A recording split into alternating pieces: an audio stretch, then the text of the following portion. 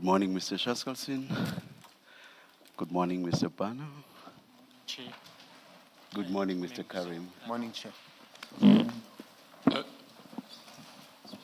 Chair, we've been informed that there may be an application for a postponement. I don't know more than that.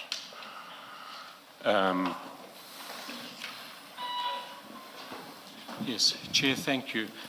We do require a stand-down to prepare an application for a postponement. To inform you about the developments that have led to this, if I can just very briefly tell you this, but I do want to bring a formal application. At about 6 o'clock this morning, my attorney received an email from the Commission's attorney, and the email read, "Our instructions are early this morning, flowing from your client's evidence yesterday. An evidence leader was working through the Medicare 24 Shwani accounts to identify inflows from SAPS in the period over which your client had sight of transaction movements on that account. While looking at these inflows into the Medicare account, the evidence leader identified 2 additional payments to Medicare from your client, which your client has not disclosed. The payments were in an amount of 1 million on 27 June 2024 and an amount of 1.12 on 7 October 2024. Both payments were made from your client's company, Tasmika Construction. Copies of the relevant Medicare and Tasmika Construction bank statements are attached, together with extracts from the spreadsheet of contras for the Medicare account, which was provided by FNB. The evidence leaders intend to canvass these payments with your client this morning. If you require time to consult with your client in this regard, we will approach the Commission to arrange a later start to proceedings." Chair, we all got here between 9 and 9:15. We've barely had an adequate opportunity to consult to this, but that said, what is provided to us are several bank statements and a spreadsheet, which obviously the Commission had prepared well in advance of this morning, 6 o'clock. Somebody had done this investigation. We've continuously complained of having documents kept back from us and drip-fed, and this is yet another installment in that. To give background to this, we wrote on the 7th of March and on the 8th of March. I will deal with the correspondence in detail in the postponement application, but essentially on the 7th of March, between those 2 letters, we asked the Commission, because we were being given things, as we said, drip-fed, we asked the Commission to please tell us all of the documents that they intended to use and rely on, and we said, as reluctant as we were, this conduct of the Commission, obviously of the evidence leaders, was going to give rise to a postponement. That is but one aspect of it. What also happened is, you recall yesterday, you were told that there was 1 or 2 pages of documents, additional documents that were found, and our learned friends would not deal with that yesterday, but they would deal with that today.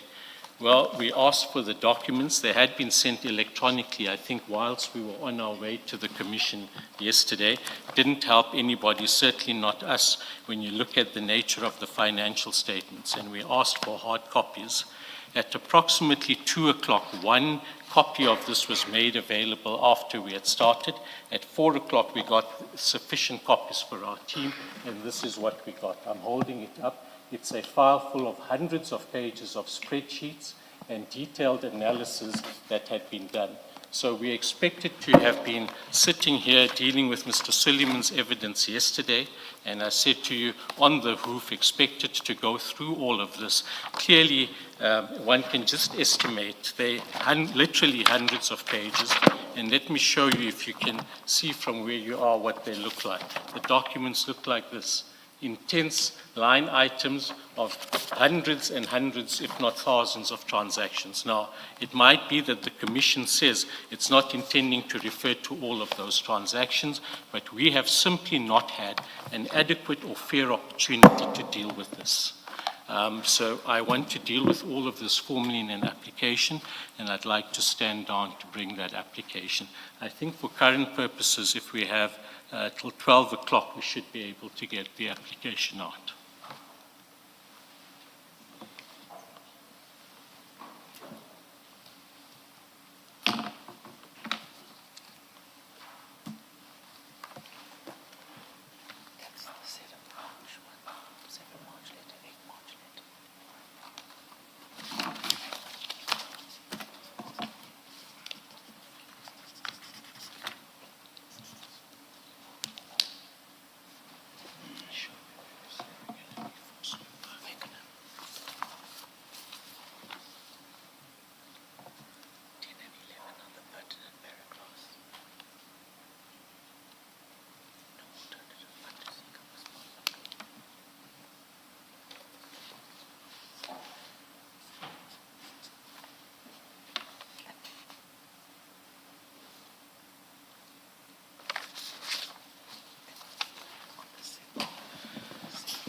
Yes, Mr. Shaskalson.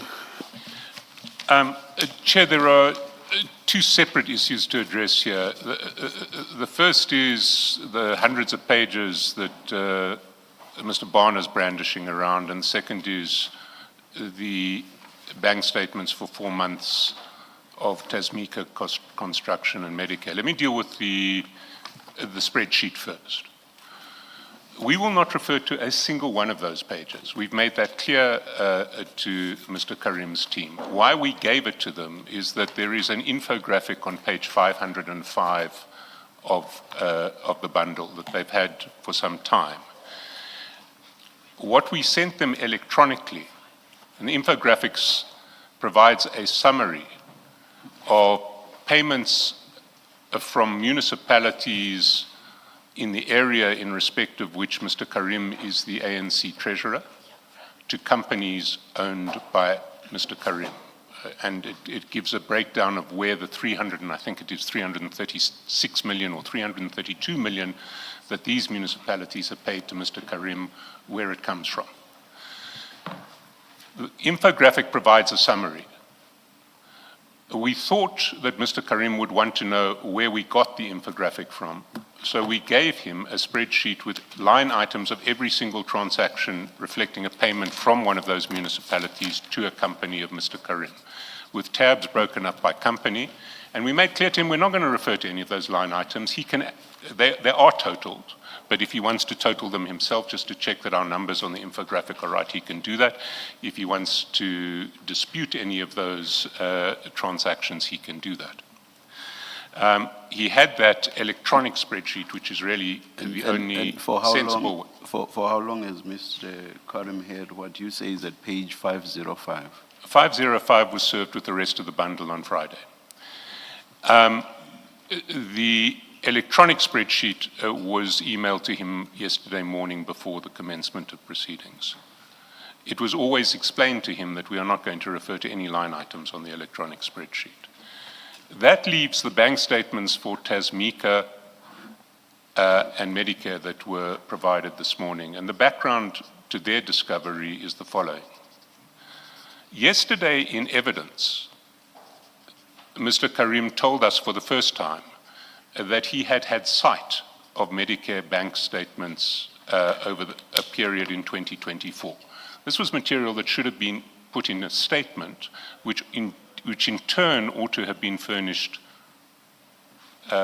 Friday, not last week, but the week before. It wasn't put in the statement, which was furnished 5 days late on Wednesday.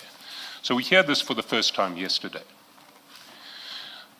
Following from that, I was going through the Medicare bank statements at 5 o'clock this morning, looking to see what SAPS inflows were there to interrogate the version of Mr. Carrim in relation to the terms of his loan agreement and the idea that he was going to get 10% of all SAPS inflows, but he had waived all of that. I wanted to see how much money he had waived.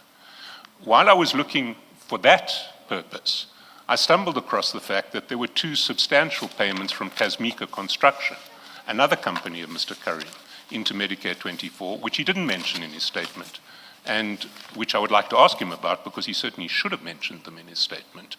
The one payment is a payment of 1 million on the 27th of June 2024. The second payment is a payment of 1.12 million on 7 October 2024. There is no innocent explanation for just overlooking the fact that more than 2 million rands beyond what you have disclosed also happen to be paid. The reason that these documents were made available to his legal team today and not earlier was, first of all, he filed his statement late. Second of all, in his statement, he didn't disclose these payments. Third of all, in his statement, he didn't disclose the fact that he was he had sight of the bank transactions on Medicare 24. If he had honestly performed his obligations in any one of those 3 respects, they would have had these bank statements more than a week ago. So they can't complain about getting them now. And the bank statements really reflect 4 payments, two payments which I've described on both sides. If they want 45 minutes to take an instruction from Mr. Carrim, if they want an hour to take an instruction from Mr. Carrim, I can understand that. They need to understand what his version is, whether he was concealing them, whether there is an innocent explanation. But an hour is more than enough to do that. They then make the allegation that the contra spreadsheet that we gave them, just to show that not only do these numbers match, but in fact, they are shown by FNB to be the same transaction by virtue of the contras. They make the suggestion that we have had that document and withheld it from them. That is a very irresponsible suggestion. What we receive from FNB when we get bank statements from FNB is a list of all the contras. So we have contras for the entire Medicare 24 account, thousands and thousands of transactions. We don't search on that set of transactions for Tasmika construction unless we have reason to search for Tasmika construction.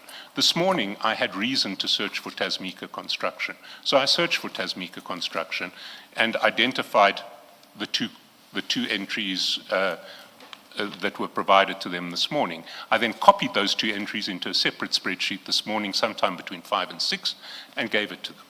Nothing has been withheld from them. They received that spreadsheet within 15 minutes of its creation. They can look at the metadata of the spreadsheet. So in our view, they are entitled to a short stand down to take instructions on the documents that they withheld from us and that we have now discovered, or the information that they withheld from us and we have now discovered. They're certainly not entitled to a postponement. Thank you. Thank you, Mr. Shoskelson. Chair, just to be clear, Yes, this yes. is not the postponement application. This is a request for a stand-on to prepare the postponement application. The attitude adopted by the Commission leaders is continuously to point fingers to Mr. Carrim and his legal team when failings on the part of those evidence leaders are exposed. I'm not going to deal again with the statement being late because that is factually incorrect. But what we are entitled to do is to test what's in the infographic. As our learned friend himself accepts, the infographic is somebody else's creation of a summary. He appreciates that we needed the source documents, yet he put up the infographic, as you point out, as late as Friday afternoon, and with these source documents only coming on Monday morning whilst we were driving to the Commission, or maybe slightly before. So it's no satisfactory answer to say, we will not rely on any one of these documents. You are relying on the infogram, which is the reconstruction or summary of what is contained in here. We are entitled to check that. We are entitled to interrogate the infogram, and we are entitled to interrogate the information that you rely on for that. In relation, and we foreshadowed this yesterday in an attempt to avoid a postponement, which we also alerted the Commission to in the correspondence over the weekend. We said we did not want to apply for a postponement, but if documents and information was going to be withheld, we would be forced to do so. At that stage, we were writing about the transcripts pages. We didn't know what else they had up their sleeve, but we said we confirm, as a result of your failure to provide us with this information, we are compelled to advise that we may be left with no alternative but to seek a postponement to enable us to properly prepare our client on the supplementary bundle now provided. That's the Friday bundle.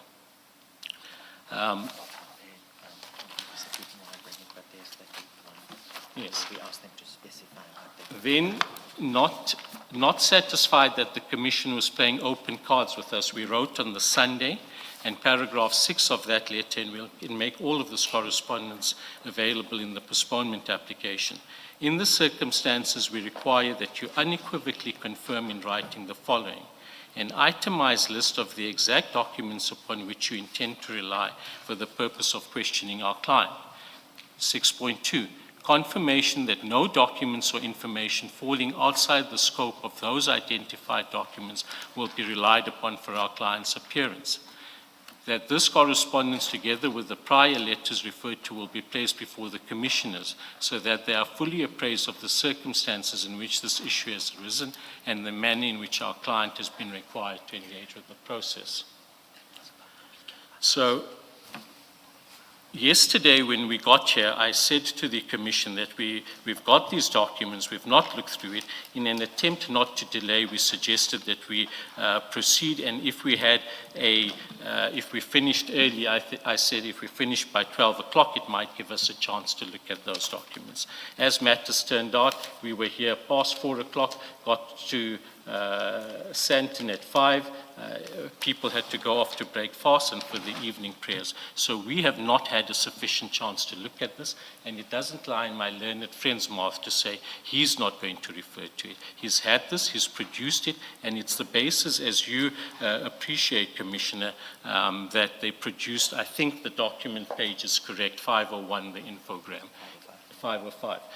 The infogram at 505. In relation to the spreadsheet, we want our learned friends to go on oath to say the spreadsheet was produced only at past 5 o'clock this morning. And we also wish to inquire about what other documents they've had and that they've looked at. Yes, in relation to the issue of Tasmika, our learned friend in his finger pointing, which has become habitual here, suggests that this should have been covered in the statement.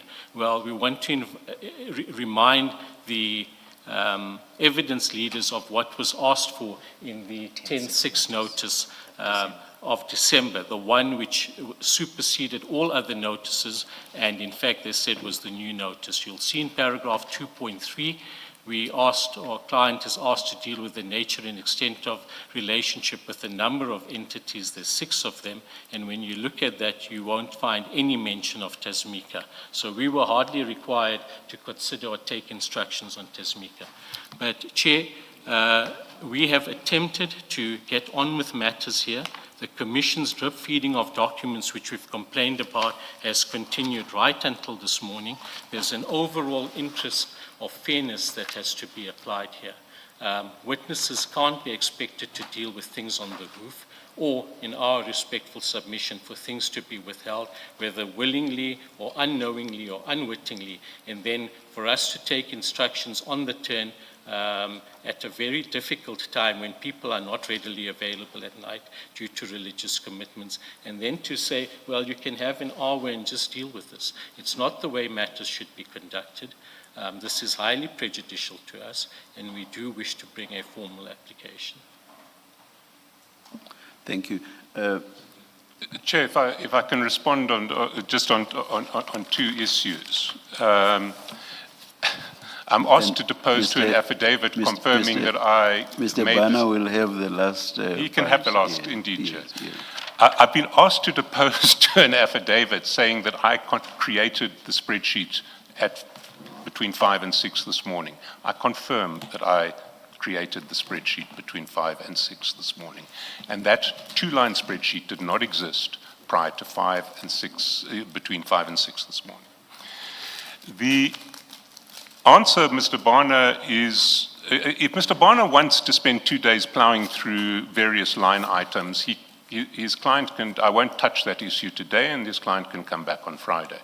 I'm not prepared to make the same tender in respect of the bank statements, because they infect all of the questioning. And there is, with respect, no reason why we should waste today, because those bank statements and those payments were not disclosed. And the client was, the witness was specifically asked to furnish a statement on the nature and extent of his relationship with Medicare 24 Tshwane district. He declined to mention that one of his companies paid over 2 million rands to Medicare Tshwane district. That should have been in the statement on any scenario. So we're here today with this problem because the witness didn't disclose payments aggregating to 2.12 million into Medicare Tshwane district when he was specifically instructed to furnish a statement about the nature and extent of his relationship with Medicare Tshwane district. I accept that the witness now and his legal team now need time to consult, but they don't need time, they don't need days to consult. They can stand down, consult for a reasonable period, maybe an hour, and then we are ready to run. We oppose this suggestion that the matter should be stood down for a postponement application. If it stands down to 12 o'clock for a postponement application, the process itself achieves the postponement. Please remind me again, which aspect do you say may be pushed to Friday?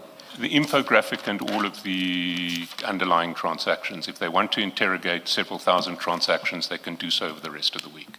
But they don't need the rest of the week to get a version on why payments of 2.12 million rands from Tasmika to Medicare were not disclosed in the statement and what those payments related to. Thank you, Mr. Chaskalson. Any response? Yes, thank you, Chair. Firstly, our learned friend concedes that the documents given this morning infect all of the questions. That alone should show how significant they are and why we shouldn't be just given an hour to look at the documents and to deal with that. But secondly, in relation to the point he keeps making, and loosely without referring to what the Commission actually inquired or required, the suggestion that because there was a request to deal with the relationship with Medicare, this should have been disclosed. What was not asked for in the statement is for any of these companies to deal with their relationship with Medicare, let alone Tasmika, who doesn't even feature in the 10.6 notice. The notice at the relevant paragraphs ask Mr. Suleiman Carrim personally to provide a statement, and it says the nature of your relationship with Mr. Kat Matlala, Senzo Mchunu, and General Firoz Khan, the role you performed for Mr. Matlala, and then 2.3, the nature and extent of your relationship with the following individuals. There's no mention here of dealings of his many companies with anyone, let alone with Medicare. Can I ask Mr. Bana, on that last point, if you take that attitude that there is no mention of explaining the relationship of his companies with Medicare, why does he tell us about the Ziggy 10 million rand payment? Because that is a payment from a company. Yes. That he is happy to disclose voluntarily. Yes. He disclosed it, and please make me understand why does he not think, or why you think that a disclosure about this later payment now doesn't fall in the same category? Yes. There are two answers to that, but something else I'm going to make in submission. Firstly, when he deals with Ziggy, Ziggy is specifically mentioned in the 10.6 notice. But secondly, the fact that he might have, in explaining some of these things, dealt with some of the companies, let's assume Ziggy wasn't there, doesn't mean, therefore, I'm dealing just with the point to say you should have gone and investigated and disclosed in your statement, Tasmika, the culpability point. I'm saying there's no culpability here for him not dealing with Tasmika. We are a commission of inquiry, which is fact-finding. We want to know when I think it doesn't sit well for a witness, by the way, a witness of the commission. Everyone unless you have a different understanding of the people that are appearing before us here, they are all called by the commission to come and testify, and Mr. Carrim is no different. For me, that's my starting point, and I hope we have a common understanding about that. And when they are called and they are asked questions or they are asked to address issues, the expectation is they will not be technical. They will not rely on, I will not say that with the commission doesn't know. They've asked me to come and explain my relationship with Medicare. If he speaks to Ziggy clearly, even if the notice from the commission mentions Ziggy, it's clear from that, I would have thought, that the commission is interested in the entities, that he's got his personal relationship and his entities. And if he intended to be open with the commission, I would have expected that he would speak to all the entities, including ones that are not mentioned in that notice, because he accepts that he's being called to come and assist us No. to determine the facts. No, there's a false basis of what you're putting to me, a false premise. The witness is guided by what he's required to deal with in the summons and in the notice. And He now can't he's be- here, okay, and now he's Can here. Can I finish my Okay, let me submission? just clarify myself so that when you finish your story, you can address what I'm wanting to clarify, because you're doing this for my benefit, not for your benefit. It's to help me understand what it is we are dealing with here. The witness is called here to come and assist us in our fact-gathering process. A company is mentioned because that's what we know, what the evidence leaders have found a company through whatever investigative processes. The witness knows something else that relates to the very same question, the relationship with Medicare. He knows something else, and he chooses to hold it back. That, to me, is not a witness who's coming to assist the commission. It is catch me if you can, kind of. When in fact, the interest of the commission is to find out what are the facts that this witness knows or that he has in his possession about the relationship with Medicare. Yes. The witness is not going to take a technical attitude to say, I'm not going to testify to this. What we are discussing is why issues were not in the statement. Now, you may take that position, and that's your view, that that the witness was obliged to deal with matters not stipulated in the notice or the summons. My submission to you is that that's an incorrect view. But be that as it may, it's unfair for you to make the judgment now that he chose to hold back documents when his attention wasn't directed to that. These are transactions that go back several years. This is a witness who deals in companies that have many transactions. So the premise to say he had a duty, even though there's no mention of Tasmika there, to deal with Tasmika, and the fact that he doesn't, that you can put to me that he chose to hold this back is simply incorrect. But all of this goes to no more than the criticism to say it should have been in the statement. We say that's an unfair criticism. Our learned friend can ask the questions. We are not taking a technical attitude that because it wasn't there, you're not entitled to ask the questions. But I do that to neutralize the criticism that this had to be dealt with in the statement. And that criticism is simply an excuse for the Commission having produced this at a late stage. Those are my submissions. Mr. Bana, my colleague Commissioner Baloyi came in when I also wanted to come in and also to raise a similar point. Mr. Carrim himself seems to treat his companies basically either as the same entity, as it were. I know you're going to raise the legal point that they simply cannot be. But look at who was supposed to loan the money. It was Ziggy. But I think the money did not come from... Yes, some of it came from Tamiz.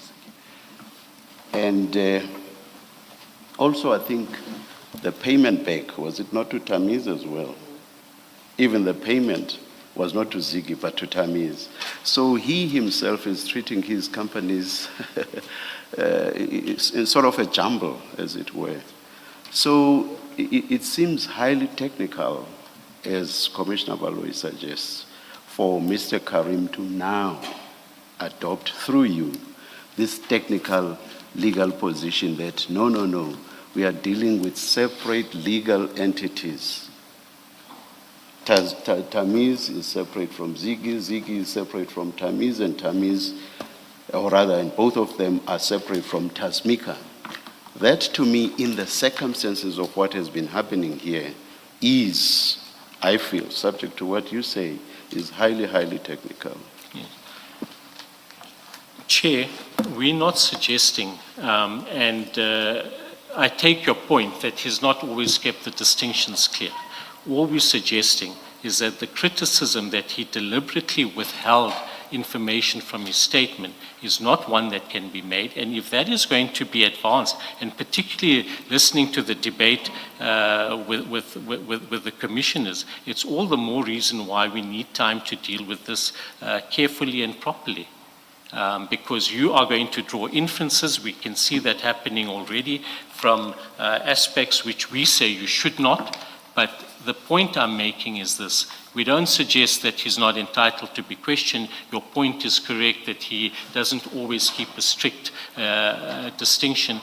But the submission goes to the criticism that somehow all of these entities that are not mentioned in the statement, I say all, but what applies in respect of Tasmika would apply to his other entities, somehow created an obligation on him to deal with whatever was done internally or otherwise, we don't know, between those companies and himself or Ziggy. Something else altogether, I don't know if Commissioner Khumalo wanted to come in on the same issue, something different altogether. What's your position with regard to the separation suggested by Mr. Shaskalsin? That is issues relating to, is it the infographic? And the schedule.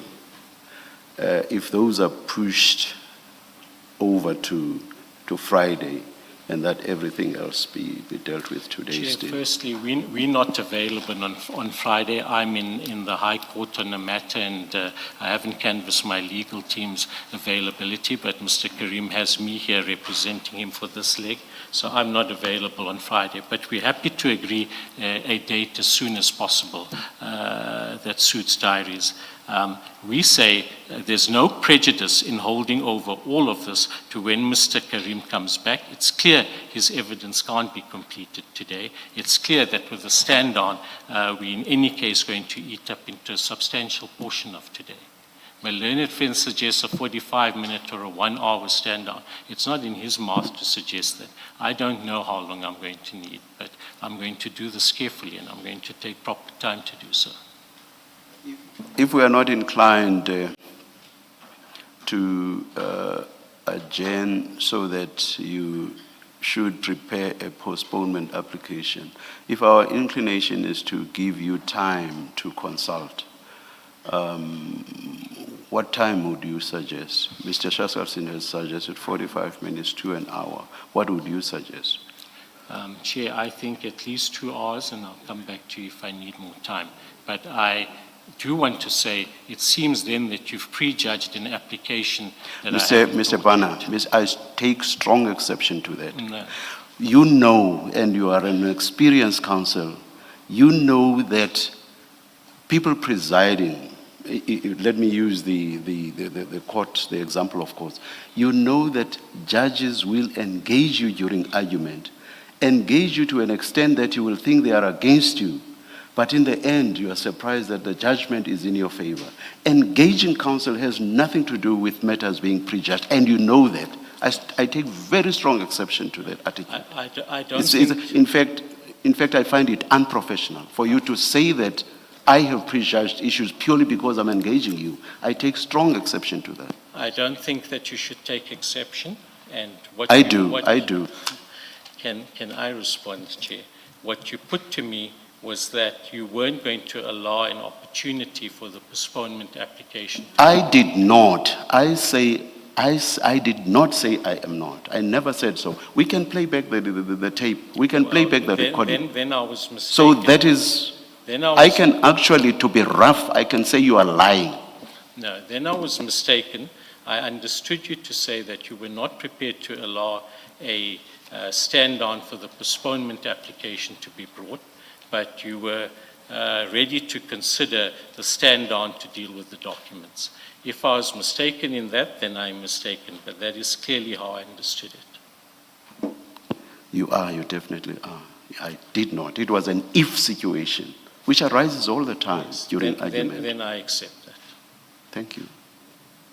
And you apologize for what you said, because you basically suggested impropriety on my part that I've prejudged issues whilst the matter is being debated. Are you tendering an apology for that? Yes, if I misunderstood it, then I tender an apology. But as you say, the record will indicate, and my recollection is that you said if you are not prepared. So you are to tendering a acknowledge- qualified apology, a conditional apology.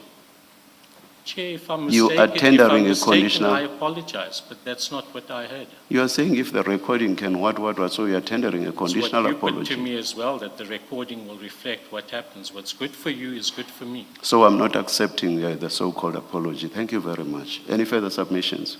No, I did say if I misunderstood, I'm saying I'm apologize. not, let's step off that. I'm saying I'm not accepting it. So let's step off that. Any further submissions? No further. Thank you very much.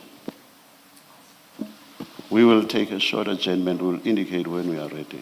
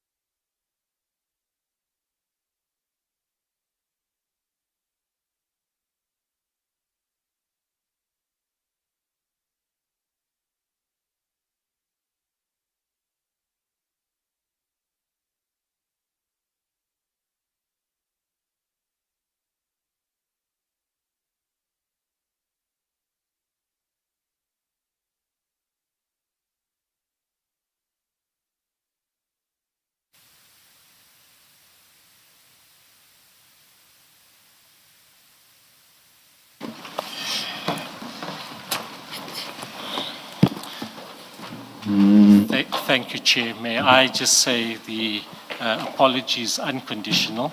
I did not hear the if when you made the statement, and what you correctly pointed out is you said, if we are not inclined to adjourn. And I understood that you said you were not inclined to adjourn, so the apology is unconditional. Now the apology is accepted, Mr. Bana. Thank you, Chair. Thank you. We have considered what you submitted, Mr. Bana, and also the responses by Mr. Shaskalsin. Our decision is to afford you and your team an opportunity to consult with Mr. Carrim. At this stage, not necessarily on the aspect relating to the infographic and what is it, or rather, and the documents you showed us earlier this morning. So that will have to stand over to some other day. And seeing that you said you are not available on Friday, then dates will have to be discussed between you and Mr. Shaskalsin with regard to that outstanding issue. As for the rest, the decision is to give you time until 11:45 to consult with Mr. Carrim. At 11:45, we proceed with the hearing. Let's adjourn until 11:45. Just for clarity, so we don't misunderstand, is the direction that you're going to proceed with him, and we are not entitled to bring an application for a postponement? Yes, that's the effect of it. Yes. Let's adjourn until 11:45.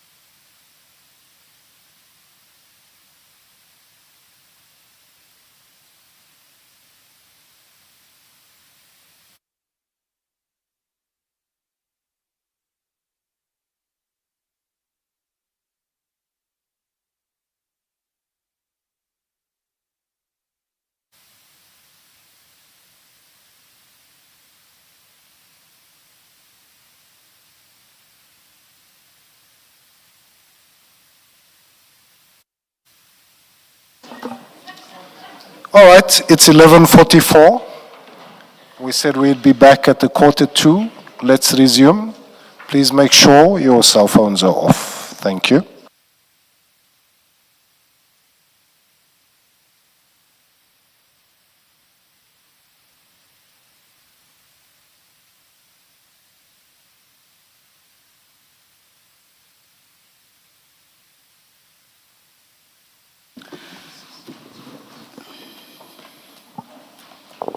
Mr. Bana, Thank may you, we Chair. start? I assume we are ready to Yes. start. Thank you very much. Mr. Shastelson? Chair, just before we start, we asked at the end of the hearing yesterday for a series of documents from Mr. Carrim. The one was a two-page agreement with Mr. Mamela in relation to the mining venture. The one was the draft agreement that Ziggy had with Medicare 24. And then there were the details of the accountant who instructed that Mr. Matlala should pay Tamiz, not Ziggy. And lastly, we wanted to hear back from him after he'd consulted with his attorneys in relation to accessing his WhatsApps from 2024, 2025 with Mr. Mokgotsi and Mr. Matlala. I wonder if we can just get a response on the record from his legal team in that regard. Mr. Bana? I think we can just ask, you can just go through it with the witness and you'll hear it from him firsthand. Sorry, if we can go through the... Yes, he hasn't been able to get the two agreements. He needs to go to Mafeking. He'll tell you the name of the accountant. I've forgotten the name. And he'll also tell you the position with his messages. Thanks, Mr. Carrim. Can we take them one by one, and can you just explain to me what the position is? The first is the draft agreement with Medicare 24. Yeah, it's two documents. Medicare, we can deal with the two. Okay, the Medicare 24 and... those documents and my gang. At the moment, my offices are closed because of the threats. So I have those documents. Once those threats just subside, my office is working remotely now. My people are working remotely. But those documents will be made available as soon as I get to Mafeking, as soon as it just comes down, maybe in the next week and a half. Thank you. So that's both the Mamela agreement relating to Chrome Core and Yes. the draft agreement with Medicare 24. Yes. Yes. Then the accountant who advised you in relation to payments from Mr. Matlala. My legal team will send an email to the instructing attorneys with the email address and the contact details. You can just send your request there. Thank you very much. And then lastly, the issue of WhatsApps with Mr. Mokgotsi and Mr. Mamela in 2024 and 2025. I've checked my iCloud. I don't do backups. I don't have any chats on my current cell phone from then. So your WhatsApps for that period are not available. I don't have backup, so they don't back up, and I changed my phone. And would you give us your authority to approach Apple so that Apple can search on their backups? I'll speak to my legal team about that, and they'll revert to you. Thank you.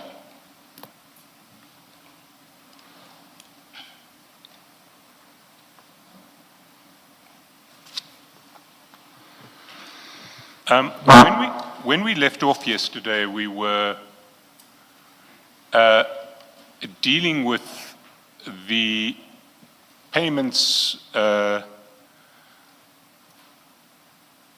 Mr. Mamela or to Lutaga for Mr. Mamela that were made by Tamiz from the proceeds of payments from Medicare. Now, at the time that you entered, I want to stay with the issue of Mr. Mamela for a while. At the time that you started this business relationship with Mr. Matlala, I assume that you were aware that Mr. Mamela had been a business associate of Mr. Matlala. At that point, he didn't disclose that to me. No, but you'd read articles we discussed earlier that from I think it was April 2024, you'd read articles about allegations in relation to Mr. Mamela and Mr. Madlanga at Tembisa Hospital. Yes, we never discussed those relations. He never brought Mr. Madlanga up to me. No, yes, but I'm asking, were you aware that there was a business relationship between the two of them? At that point, I saw articles, but there was no direct link between them. I see. So all you knew was what you had read in the press about them. That's correct. Did you, at any other stage, find out about business relationships between Mr. Madlanga and Mr. Mamela? When I concluded the agreement, or when we had the handshake or the verbal agreement with Mr. Madlanga in June, around August, I then asked Mr. Mamela, look, you've never raised Mr. Madlanga with me. Are you and Mr. Madlanga associates? What is the issue? He then said to me, yes, we are. So I asked him, but you never told me this. He said, yeah, look, I don't think it was important for you to have met this man through me. And that was his stance. He said, look, I didn't want to introduce you to Mr. Madlanga. I said, why? He just said, no, I didn't want to introduce you to Mr. Madlanga.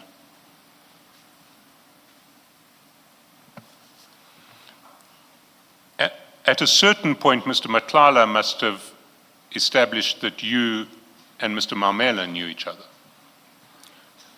Not that he told me of, unless Mr. Mamela discussed it with him. Well, your Morgan sorted email suggests that he knows that you know who Morgan is. Yes, remember, he then said, I must make a payment to Morgan Mamela. And at that point, did he not know that you knew Mr. Mamela? Well, he also played to me as if he didn't know that me and Mr. Mamela are friends. So, from your perspective, someone was asking you to make a payment to a third party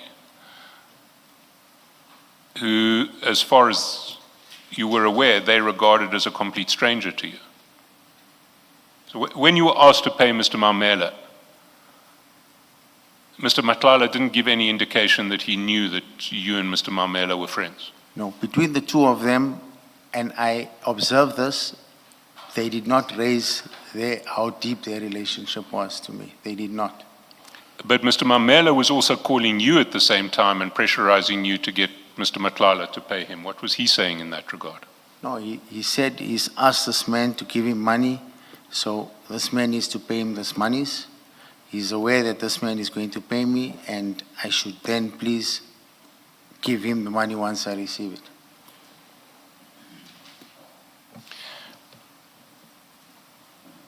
So, but by this stage, this is after August 2024. It's well after August 2024. It's February 2025. So by this stage, you have discussed with Mr. Mamela that you're now in business with Mr. Madlanga.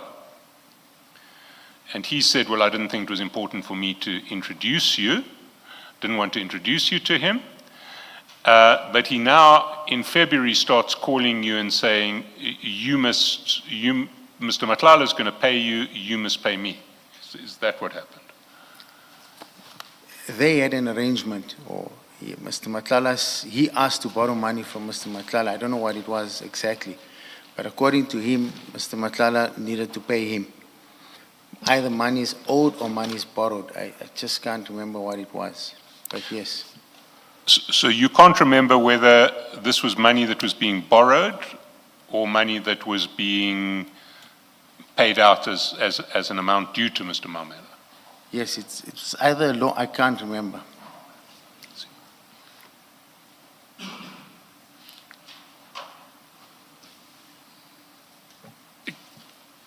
Can I take you to some other chats in relation to yourself, Mr. Madlanga, and Mr. Mamela? Do you recall in January 2025 there was an exchange between you and Mr. Maumela. Sorry, and Mr. Matlala, in which he asked you to check how far payment was. Can we go to that document? Yes, we can. The document is on page 4.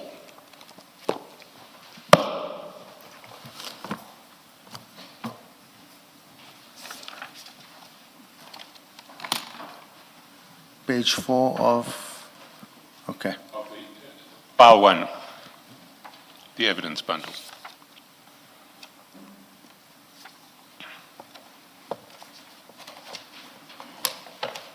Yes. And we went through this yesterday. You get called on the 30th of January by Mr. Matlala, Salam brother, can you please check with your guys how far is the payment? You come back saying checking. He says, and you say we'll revert. He says, okay, thanks. Next morning, you say, morning, they say payment is done, I'm waiting for the remittance. If we go at this point to page 538,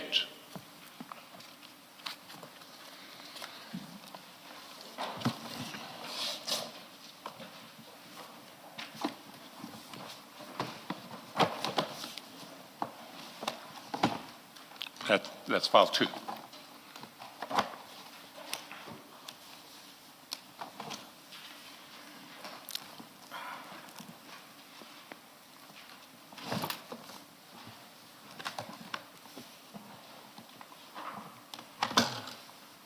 Sorry, I'm just struggling here. One No second. problem.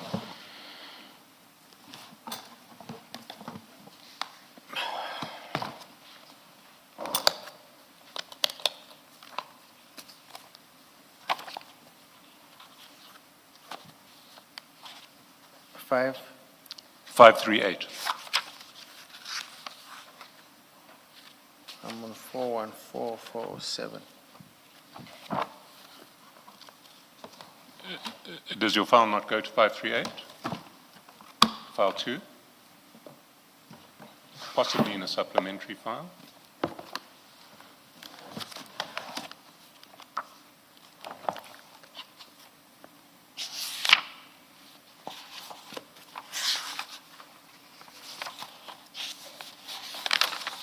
Yeah. So at 538, we see that on the same day, the 31st of January,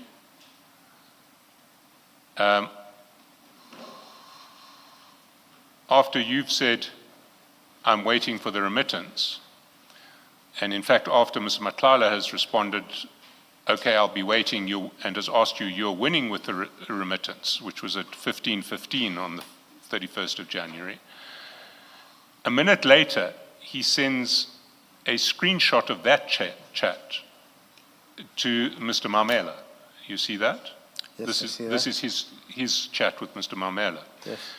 And the date is the 31st and the time is 15:16:10. So he is copying his chat with you to Mr. Maumela. I have no idea why you do that. Well, let's go further. If we go back to page 5, you see 40 seconds after he sent the screenshot to Mr. Maumela, which ends with you winning the remittance, you winning with the remittance, you responded, not yet.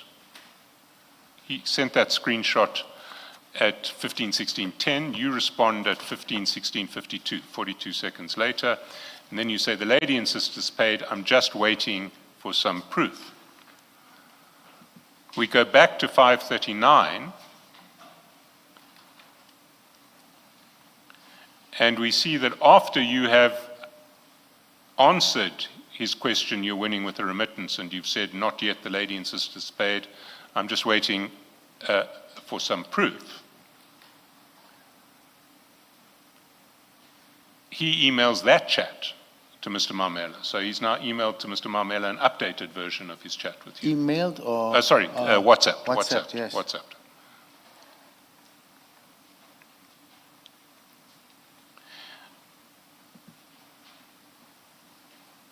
And straight after WhatsApping to Mr. Mamela at 15:29:23, we go back to 5. He says at 15:29:46, he says to you, okay, we'll see when it appears in the account. Yes. So he's having a conversation with you, and he is essentially copying that conversation as it develops to Mr. Mamela. I see that, yes. And you have no idea why he would be I doing that. have no idea. It's the first time I'm seeing this. I don't know why I would take my chats and pass them over to Mr. Mamela. I see. Let's look at a second instance of this. Can we go to page 11?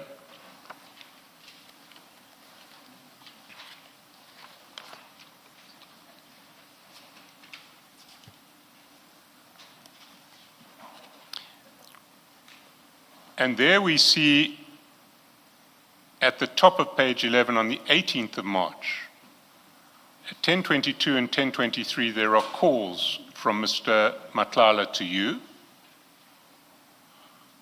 And at 10:40, you respond saying, Salam, I'll call you at 12. And he immediately responds to you at 10:41, saying WLKM SLM, which I understand to be Wa Alaikum Salam. Yes.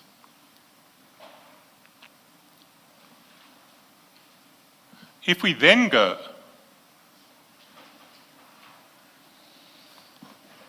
to 5:44,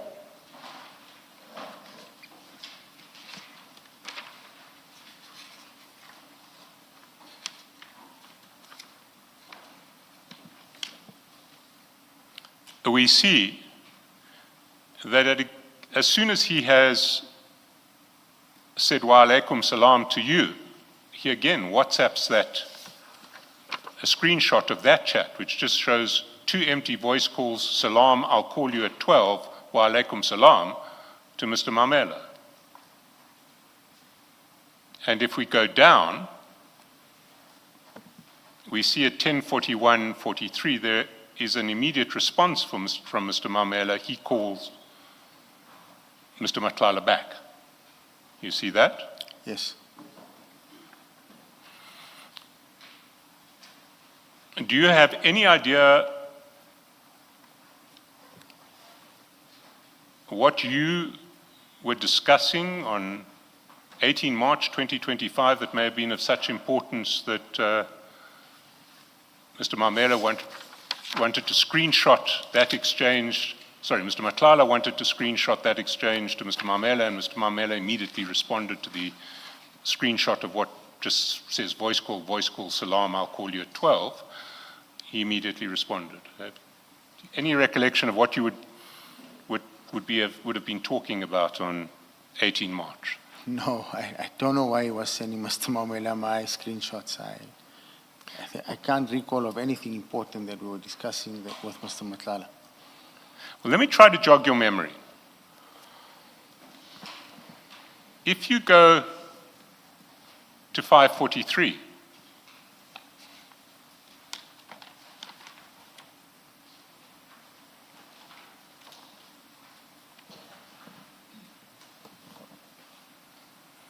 you will see that almost immediately after your voice calls with Mr. Madlanga, which were at 10:22, those voice calls that we just saw on the screenshot,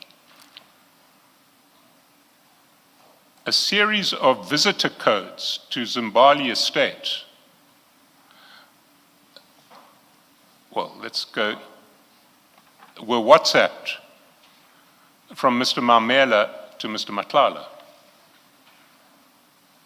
That help you remember anything? No, I don't know. I don't know why he was sending him Zimbali. I've never been in, at this point I was not even in Zimbali. You weren't in Zimbali? Yes, yes. No. But I don't know why he was sending him these. No, he wasn't sending them to you. Yes, he was sending them to, yes. So, Mr. Mamela sends them to Mr. Madlanga. Agreed, but I have no idea why these were sent. Okay. Well, the evidence will be that one of these entrance codes that Mr. Mamela sent to Mr. Madlanga immediately before those calls, those voice calls to you that were then screenshot and WhatsApped to Mr. Mamela, one of those entrance codes was forwarded by Mr. Madlanga to General Cele and was then used by General Cele to enter the Zimbabwe estate. So at 10:41, when Mr. Madlanga WhatsApped Mr. Mamela your exchanges, saying that you would call at 12, it seems that they knew that Mr. Madlanga was likely to be meeting with General Cele at the time. Was any of this discussed with you? No, nothing. I know nothing about this. Any meetings, I knew nothing about this. Not at all. You didn't know about that. Not at all. And in due course, you did call back at 12:28. We see that at 11. Go back to page 11. Yes.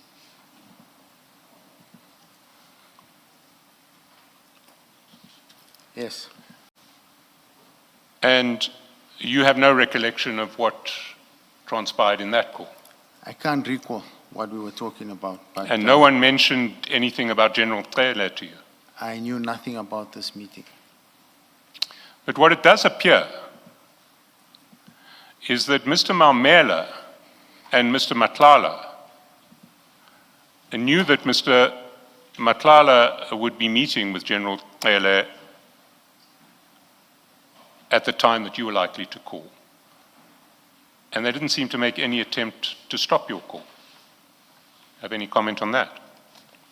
Yes, but it was definitely not related to General Kelly. I did not know about this meeting. Not You at didn't all. know about that. No, I did not know about this meeting. Let's go to another issue in relation to Mr. Mamela.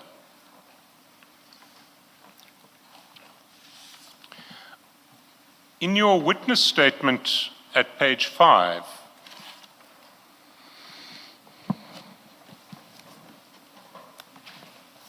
paragraph 47, you talk about that interdict.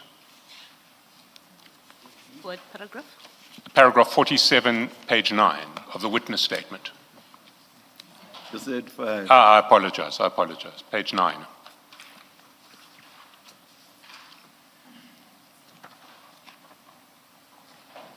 Page? Page 9. File 1. Perhaps, Of the witness statement file. Sorry, Mr. Chaskalson, I see from the heading it's a totally different subject. May I just ask 2 or so questions around the issue of the payment? Mr. Carrim, you'll remember that yesterday I asked you, and I think Commissioner Baloyi also asked you questions along the same lines. I asked you as to why Mr. Madlanga had not paid directly to Mr. Mamela. And I think you didn't really have an explanation for that. Am I correct? No, I did, Counsel. You did? All right. What was I the did, explanation? Commissioner. I'm sorry. No, I said he insisted. And I said to him on numerous occasions, you can do it yourself. You can pay this money. Yes. Why do you want me to pay this money? He said, look, you need to help me. You need to pay this money. I'm under pressure. I need to pay him this money. And that was the explanation that he gave me. That's not really an explanation. That's just an insistence that you must do it instead of him. So it doesn't really explain why you and not him. So I guess that's why I was saying, and you didn't really have an explanation. Yes. Yes. Now, it seems to me that this gets complicated in the sense that Mr. Mamela, I'll paraphrase, of course, I will not use the exact words that you used, You said something like, Mr. Maumela said to you, this man had to pay him, and that you must pay him after you've been paid. Am I correct? Is my paraphrase correct? No, I'm saying the arrangement was between them.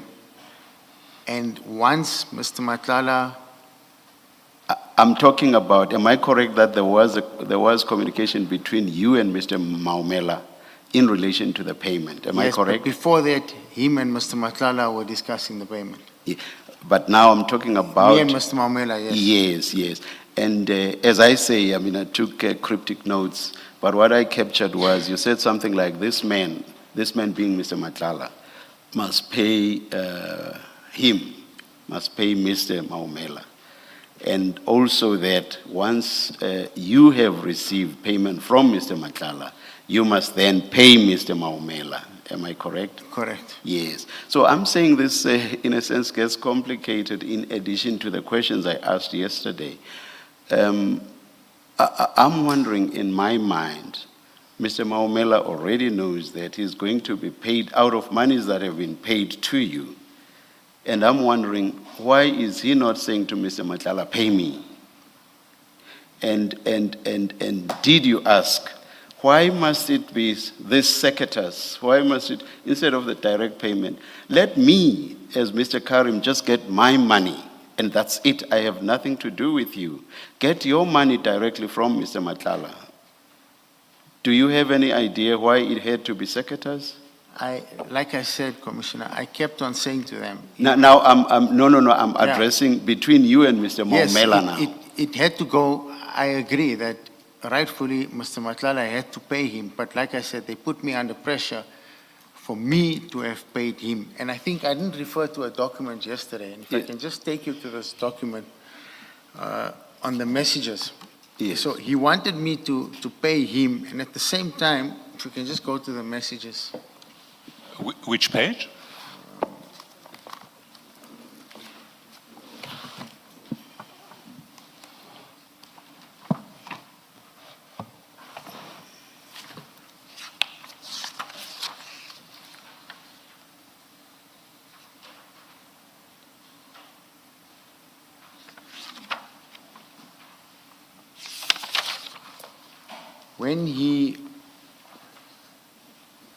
When he called me to make this payment, he then called me and said, look, I've got more invoices in.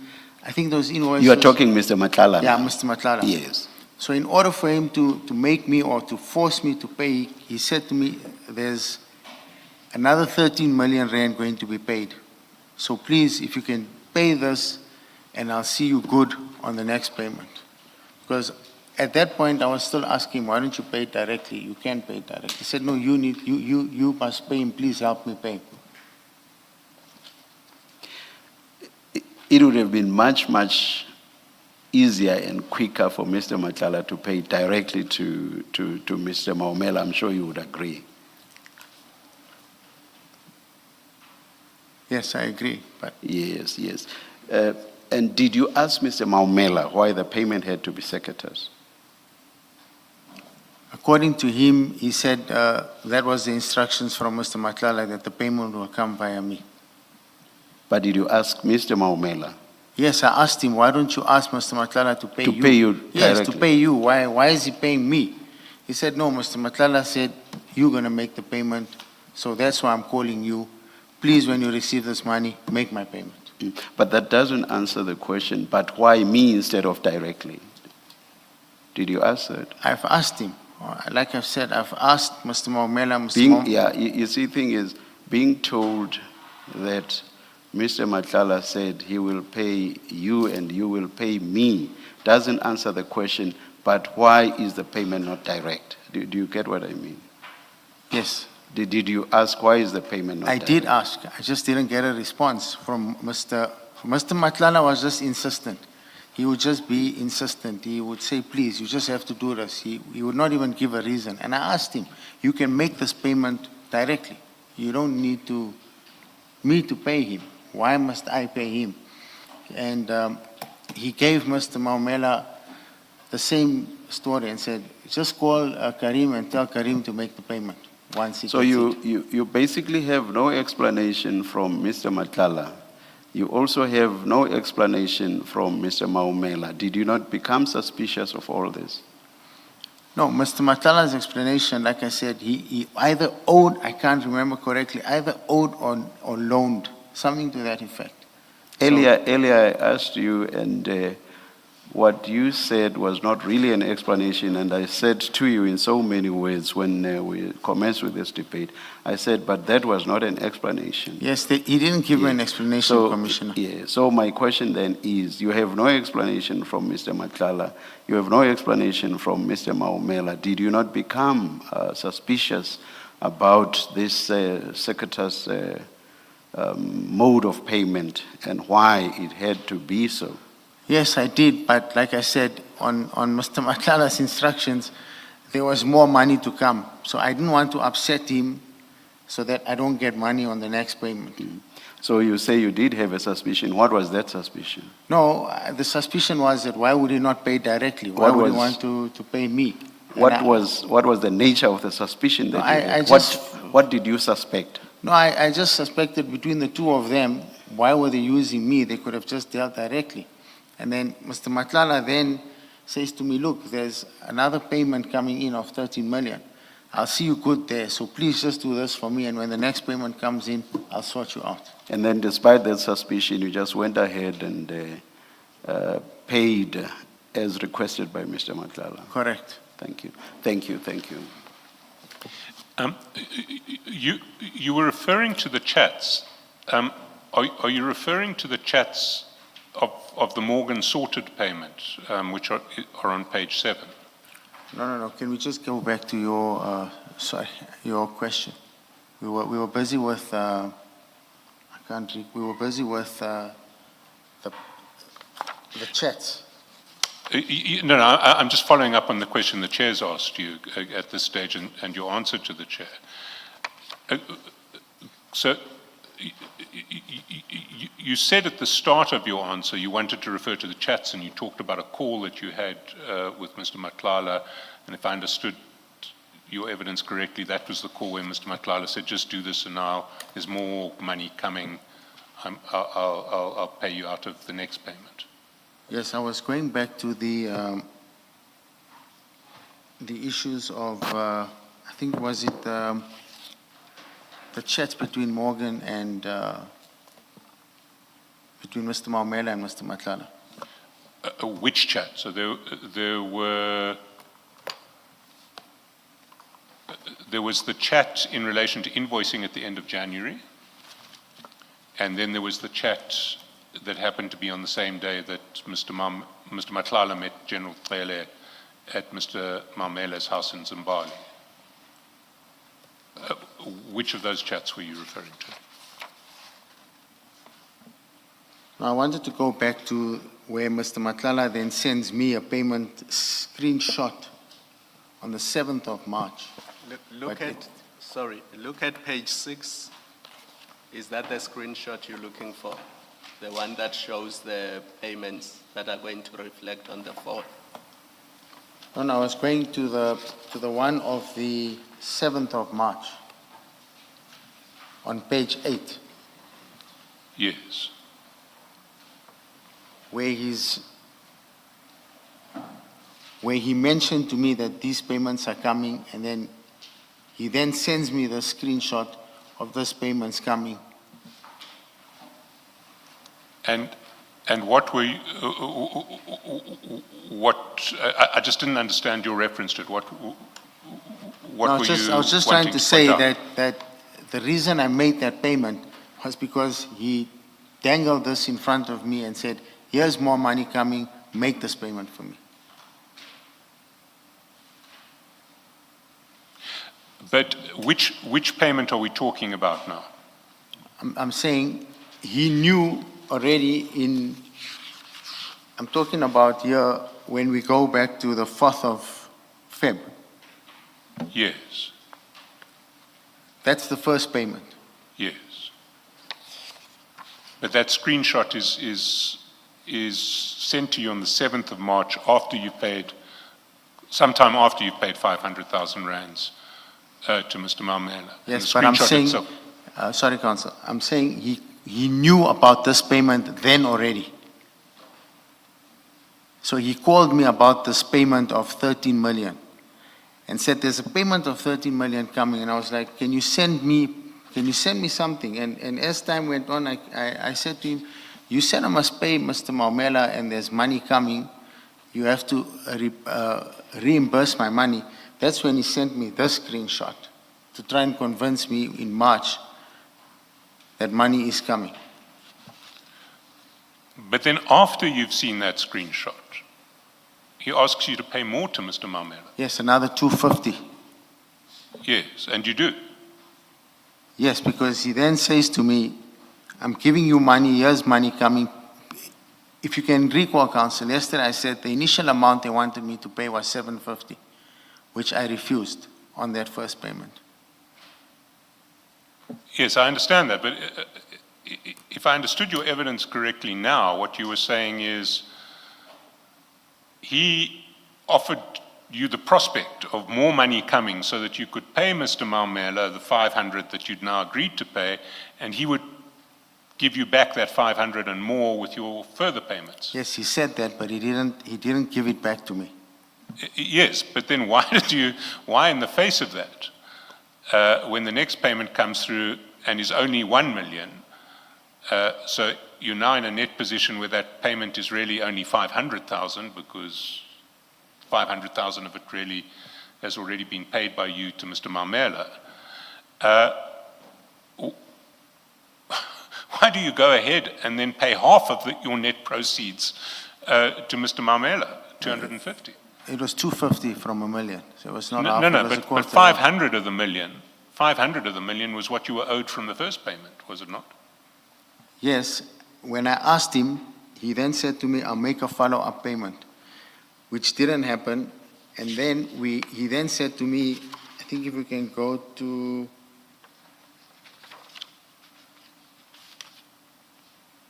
page 9, is it the 10th of March? This was the 7th. There's another one here also related to payments. Are you talking about the screen at 1743 on the 10th of March? Yeah, at the bottom there. He then says to me, no, that's still coming in. That will be still in the system and I'll see you good. Mr. Carrim, I don't want to traverse ground that we traversed yesterday, but when we dealt with this stuff yesterday, I put it to you that you don't strike me, one, as a naive businessman, two, as a businessman who lets people walk all over you. And your response to that, and I must say, I was convinced, I found it an honest response and a response that I accepted, was yes, but I now was a bit scared because I had seen press reports and I had seen press reports. I didn't know if they were true or not, but I was scared. They may have been true. I wanted to protect my family and myself. Now, is that what your evidence is? Is your evidence that you paid Mr. Mamela the 500 and the 250 principally because you were scared not to comply with what Mr. Matlala was telling you to do? Yes, I was, Council. Because then I think let's just be clear about that. And promises of future money and the like, they're not really convincing. And I can accept that answer. I would also have been scared. Okay, thank you.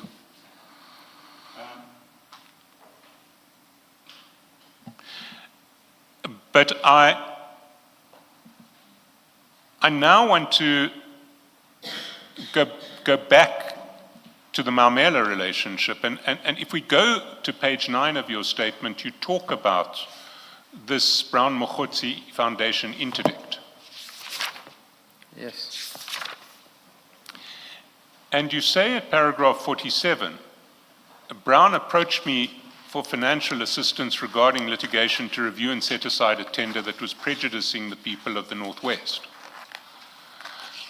I agreed to assist them financially because businesses in the Northwest are consistently overlooked when tenders are awarded, despite tender documents that award points to Northwest-based business. This doesn't contribute to economic growth from the Northwest. I'm from the Northwest, and this is a matter I care deeply about. So what you're saying is that the contribution to the Brown, your funding of the Brown Mokgotsi Foundation interdict was really because you're wanting Northwest money to stay in the Northwest. That's correct. Now, if we go to page 507,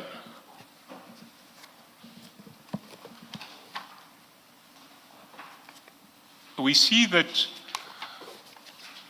although the litigant in this case was the Brown Mokgotsi Foundation, your payments didn't go to the Brown Mokgotsi Foundation, they went to Gotle Specialists.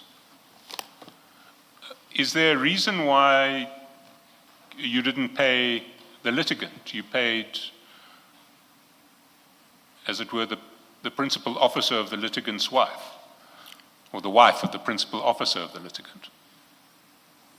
Why were these payments channeled through Gotle? Why did they not go straight to Brown Mokgotsi Foundation or indeed to the attorneys? Brown Mokgotsi Foundation didn't have a bank account, according to what Mr. Mokgotsi said. He then asked me to please put these funds into Gotle Specialist and that he would transfer them to the attorneys, Tao Matsimela attorneys. So this was an indirect payment which was made because you understood that Brown Mokgotsi Foundation didn't have a bank account. That's what he told me. That's what you'd been told. Why didn't you pay directly to the attorneys? Because I needed to show, Brown said to me they are going to refund me this money. He was approached by a few business forums, and together they would then refund this money at a later stage. So I then agreed to give it via his vehicle that he chose so that he can be the responsible person.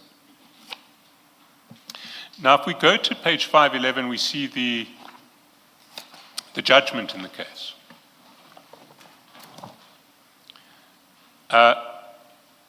It's a judgment of Brown Mokgotsi Foundation versus MEC for Health and Mediware.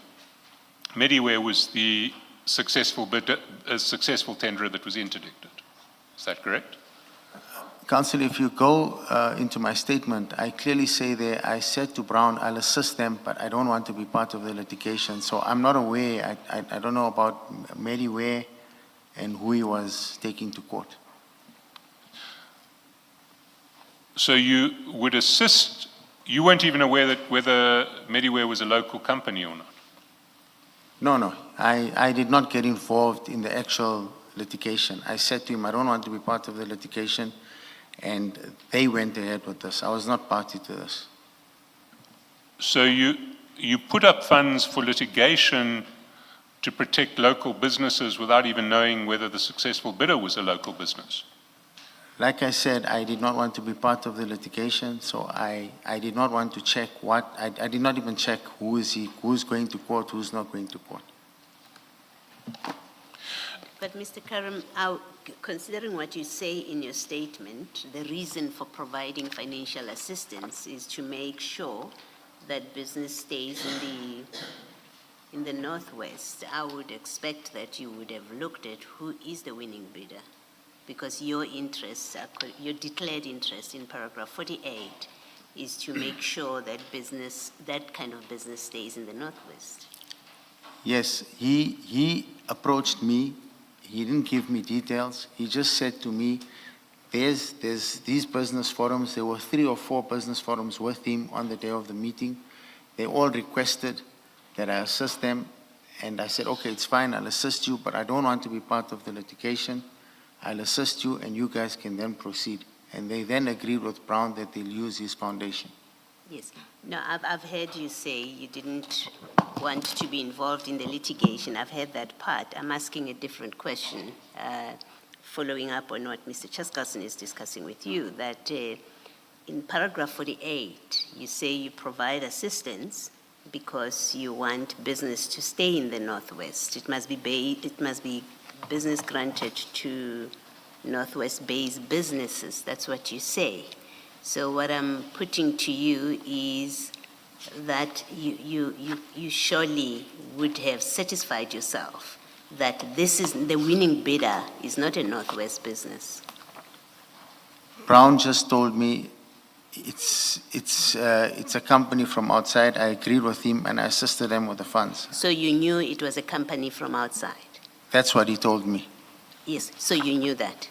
That's From according what Brown from told Brown. you? Well, from what Brown told me, yes. Thank you. I knew that. Now, did Brown ever meet with you and Mr. Mamela? No. You say no. Because after your evidence yesterday, Mr. Mogotsi called us up and said he had in fact met with you and Mr. Mamela shortly after this tender. You have no recollection of that? No. You have no recollection or you deny that that meeting I happened? did not meet with Mr. Maumela and Mr. Mogotsi. Okay. So you deny that such a meeting took place? Yes. Do you know who Alu Construction is, A-L-O-O? No. Can I take you to page 399?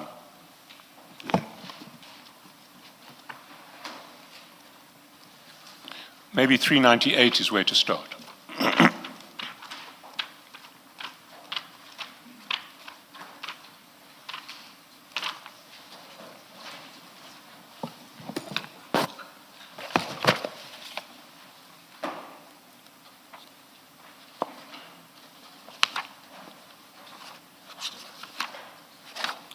And the document on 398 is the preservation order that SARS obtained against Mr. Mamela. If you go down to 399, you see that the 11th respondent on that preservation order was Alu Construction. Yes, I see that. Now, Alu Construction is alleged in this preservation application to be a company of Mr. Mamela. Were you aware of that? No. You weren't. Alu Construction was also one of the losing bidders in the Mediware tender that you funded, that was interdicted with your money. Were you aware of that? No. You see, Mr. Carrim, I find this quite difficult to believe because this interdict is an interdict that is funded over the period August and September. Well, let's go back to the dates.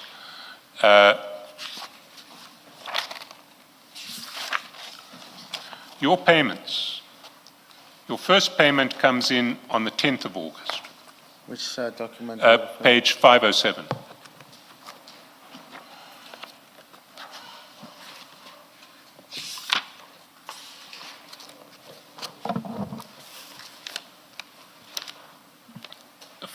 Your first payment to Gotle is on the 10th of August, and your second payment is on the 19th of September.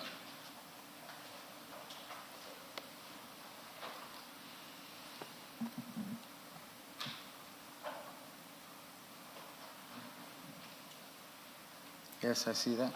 You see that? Yes. Now, your evidence yesterday was that over the period August to October 2023, you and Mr. Mamela were busy putting together a joint venture in a chrome mining operation. You recall that? Yes. And you'd already become friends because you purchased his house the previous year in 2022. Yes. So, what you're saying to us today is that in August and September 2023, you put up funds to interdict the award of a tender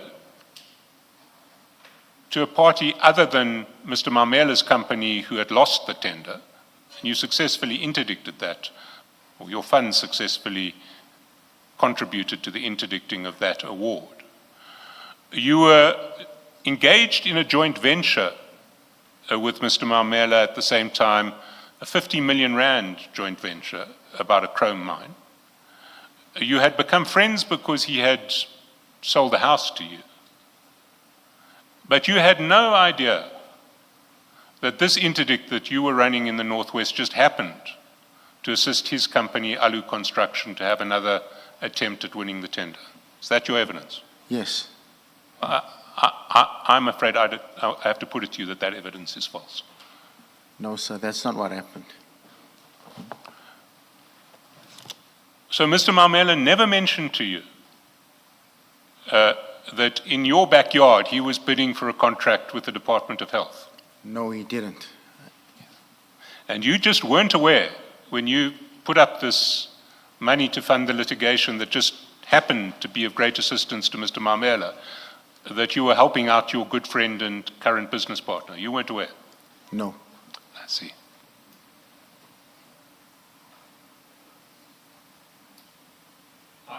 I'm going to move away from Mr. Mamela now, so if there are any questions that anybody wants to ask, well, then let me move.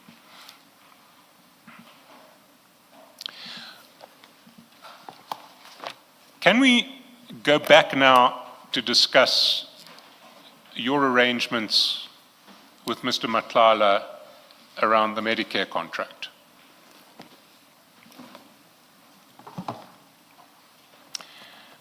You deal with them in your statement from paragraph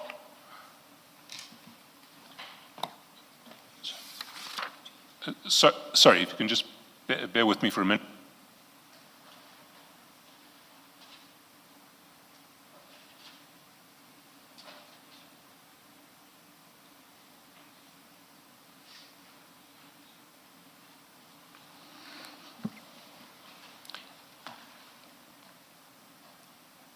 Sorry, can we put file 2 away? We need to make some space here. It gets a bit...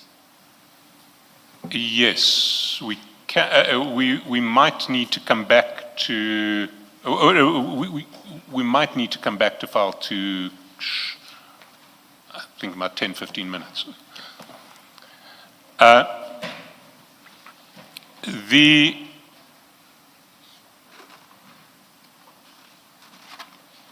version in your statement about your arrangement with Mr. Matlala was that this was, and it's in paragraphs 11 and 12 on page 3 of your statement. It was a relatively simple agreement. You advanced 10 million. You will be repaid, you'll get a return of an additional 10 million over the 3-year contract, and repayments will take the form of 10% of all payments. And you explain the monies that you advanced in respect of that agreement. That was the version in the statement.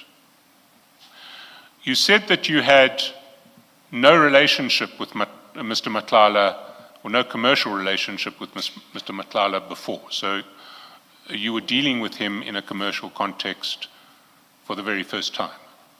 Yes. Yes. And he made an unsolicited approach to you for the money. And, An unsolicited approach to you. It's not that you approached him, he approached you. he approached me, yes. And on what? How did he introduce himself? How did he say he came to you? I explained that yesterday, Council. Yes. You just say he knew you from the security industry and he arrived up in a Rolls Royce. No. I said he contacted one of my security personnel who's on the website and requested my number there. Yes. So it was, he knew you from the security industry, which is how he at any rate said that he came to you. You took no security for your loan, the 10 million that you were lending. There was no security.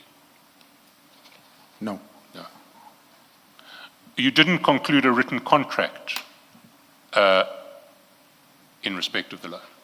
We've covered this yesterday. I'm just setting out the curious features of this. That was the version that we saw in the statement. But it turned out that the statement didn't describe the whole story because you amplified considerably in your evidence. Your first piece of amplification was that you explained that for a while Mr. Madlanga asked you for help with an accountant. And that was much later into the contract, much later. It was around October. October. So he asked you for help with an accountant to assist him with his business, and that was in October. End of October, yeah. Yes. But you didn't mention that in your statement. Yeah, that was not in my statement. Yes. Is there any reason why you didn't mention it? No, there's no reason. And you said that you had Mr. Mohammed sitting on a board committee of Medicare 2024 for a while to look after your interests. It wasn't on the board. It was a finance committee. A finance committee. So it wasn't the board itself. Was it a committee of the board or just a committee, an executive committee? No, finance committee looking at invoices going to SAPS. So he was looking at invoices going to SAPS, and he was there to protect both of your interests in that regard. Yes. And we saw, but that was also not mentioned in the statement. Is there any reason you didn't mention it in the statement? No reason. No reason. And we saw Mr. Madlanga expressly asking you for help with invoicing when you'd already gone off to Cape Town for the January 8th celebrations. You recall that? He was not asking for help with invoices. At that specific time, Mr. Madlanga needed more funding. He wanted a meeting so that he could show me how much invoices are going in so that he could get a top-up. At that time, he was looking for an additional 10 million rand. Now, let's look at that message, because I don't think that answer is consistent with the message. Go to page 2.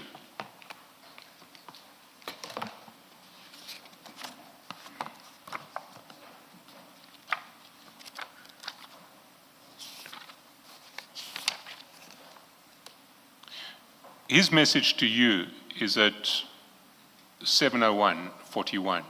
It's the green message on page 2. Salam, brother. Now is the time to start invoicing. Was wondering if I can see you before we send invoices. I can even come to your place. Please advise. He wanted to see you before he sent the invoices.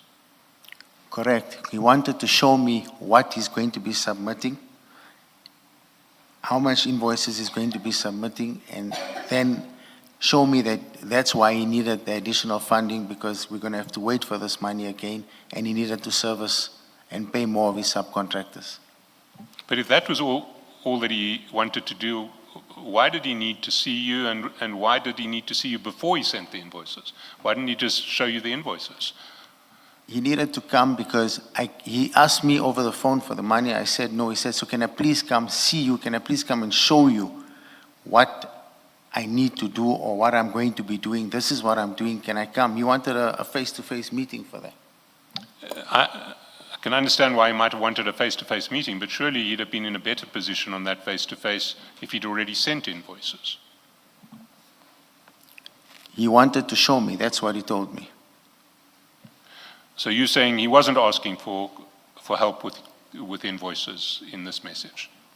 Even when Mr. Mohammed sat on his committee, Mr. Mohammed was not in charge of assisting with the invoices, only to sit there and have a look and see what they're doing. We had absolutely no access to his invoicing, myself and Mr. Mohammed.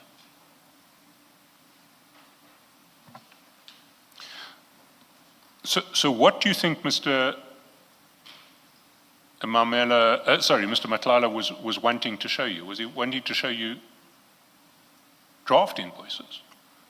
He wanted to show me all the invoices, the amounts of all the invoices that he was going to submit.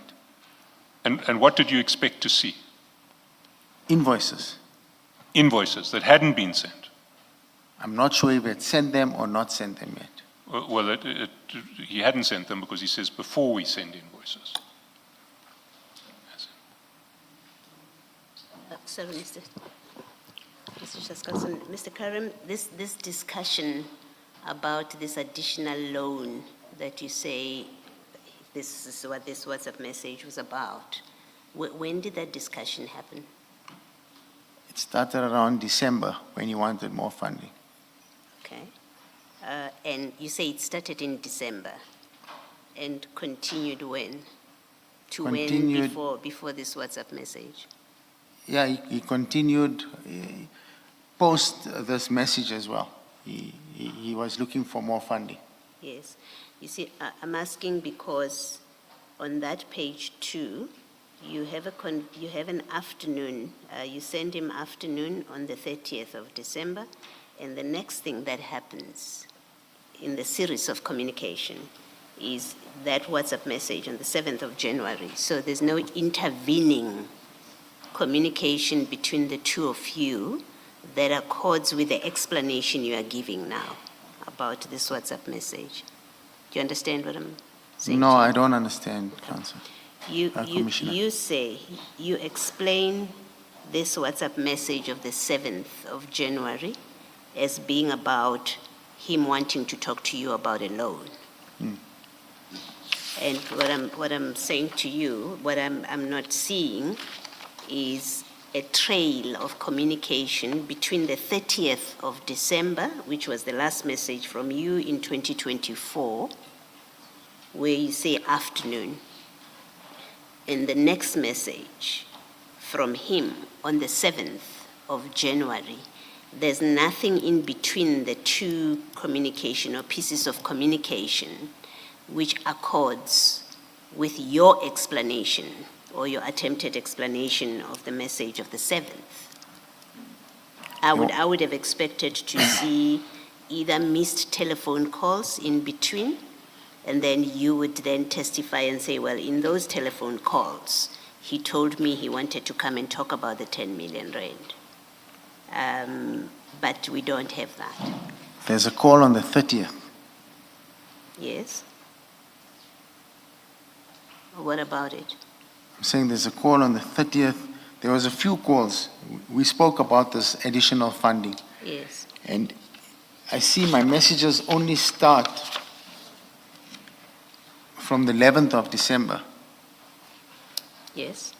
But there's many calls prior to this, and I'm sure if we can get his records, and even when he comes here, I'm sure he'll be able to tell you that he really needed extra funding. And he was looking for that 10 million to top up. Yes. He may well have needed extra funding, and he may well have had that conversation with you, but your explanation of the WhatsApp of the 7th of January, that it was to talk about the funding, it doesn't accord with this series of communication on the 30th of December, and then you get a message that's very specific. He wants to speak to you to see you rather, before he sends invoices.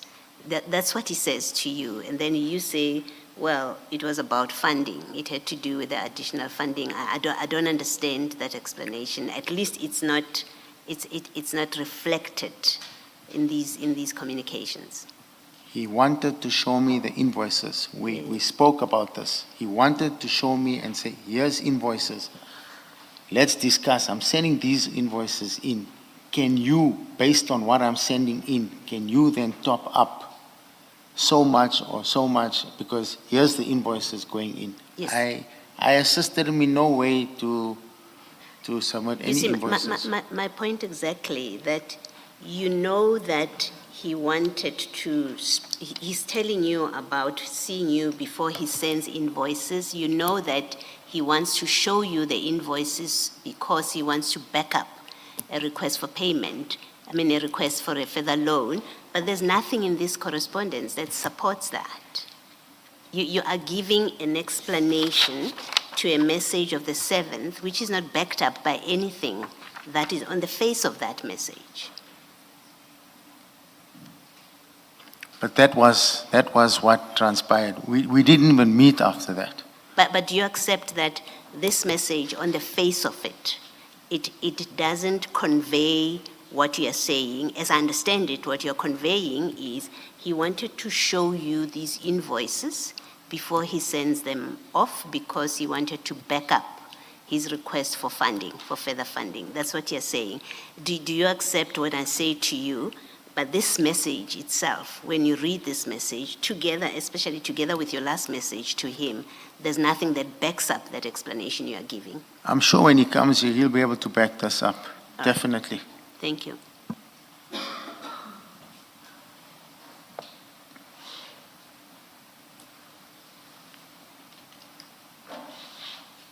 If we go back to what actually happened in the operation of the contract,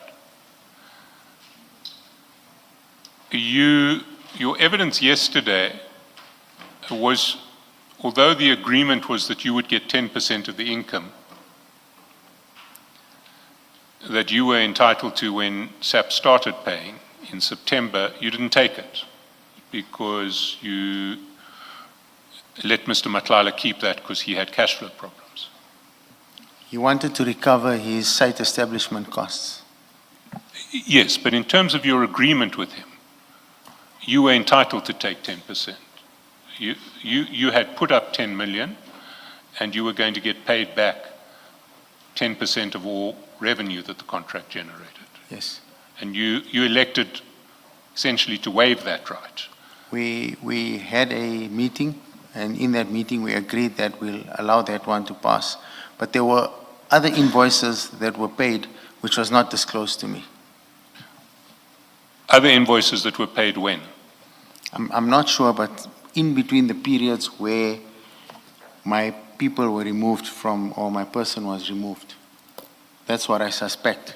I don't have the proof of that, but that's my suspicion. And have you managed to pin down those dates with better particularity as to when your people were there and when they weren't? I've requested them. I should be getting those, and I will hand them over to you. Thanks. If we move on, it says, when we move on, we see that when you finally start getting your payments, you agreed to act as a conduit for Mr. Matlala to pay Mr. Mamela a third of the first payment and a quarter of the gross second payment, which was in fact the same as 50% of the net second payment. Council, I never said that yesterday. I was given two options by the commissioner yesterday, and I refused to accept that I was a conduit. There were two options given to me yesterday, and if we can go back to the transcripts, I had said I took the first option. I just need to go there and tell you what it was. But I didn't say that I was a conduit. Well, we can see what the record says yesterday. Let's frame it this way. You agreed to take the payment that Mr. Matlala made to you of 1.5 million and to spend 500,000 of that paying Mr. Matlala's debt or loan to Mr. Mamela. Yes. Yes. And then when the second payment came in, you paid 250,000 of that to discharge Mr. Matlala's obligation or to advance a loan on his behalf to Mr. Mamela. Yes. And these were not, this had nothing to do with your relationship with Mr. Mamela, it had to do with Mr. Matlala's relationship with Yes. Mr. Mamela. So essentially you took 750,000 of your money to pay to Mr. Mamela at the request of Mr. Matlala. It was not my money. I was going to be replaced. It was not my money. He asked me, he said, I'm giving you this money and I'm going to top you up. I'm going to make good on it.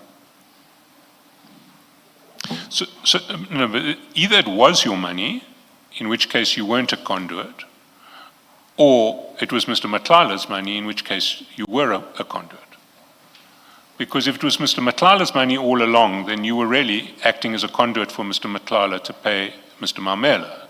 If it was your money, then you have elected essentially to use your own money to pay Mr. Mamela because that's what Mr. Matlala wants you to do, and you will now have an additional claim against Mr. Matlala to claim that back.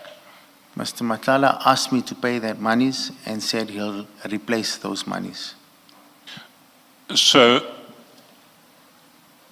was it Mr. Matlala's money that you were paying to Mr. Mamela, or do you accept that it was your own money that you were paying to Mr. Mamela? It was my own money. So that was the version of how the contract operated when we had regard to your testimony and the statement, but it now seems that you didn't tell us the full extent of your payments. Because the documents that we discovered this morning show that on the 27th of June, there was a 1 million payment from Tasmika, another one of your companies. Well, let's clarify, is Tasmika Construction one of your companies? Yes. And did Tasmika pay Medicare 1 million rands on the 27th of June, 1994? Council, when we received your, 2024. Sorry, 2024, okay. when we received your documents this morning, for me, this was something, I was confused. Because I'd instructed my office to make payments from Ziggy Investments and Tamiz Investments. 5 million from Ziggy and 5 million from Tamiz. When I saw those payments, I then made a call to my office to find out, because the instruction I gave was 5 and 5. And I'm still saying 5 and 5. That payment of the SMICA, I need to go, that's why I asked for more time. I needed to go now and check in my office who actually authorized those payments. Because I've got 2 people in the office or 4 people in the office that deal with payments. I gave them an instruction, I said 5 and 5. At no point did I give them an instruction to pay from the SMICA. So are you now saying that that 1 million payment on the 27th of June 2024 was a payment made without your authorization? I give them instructions, they have access to the bank, they process payments, and they send me. I'm sorry to interrupt you, Mr. Carrim, but this is a very simple question.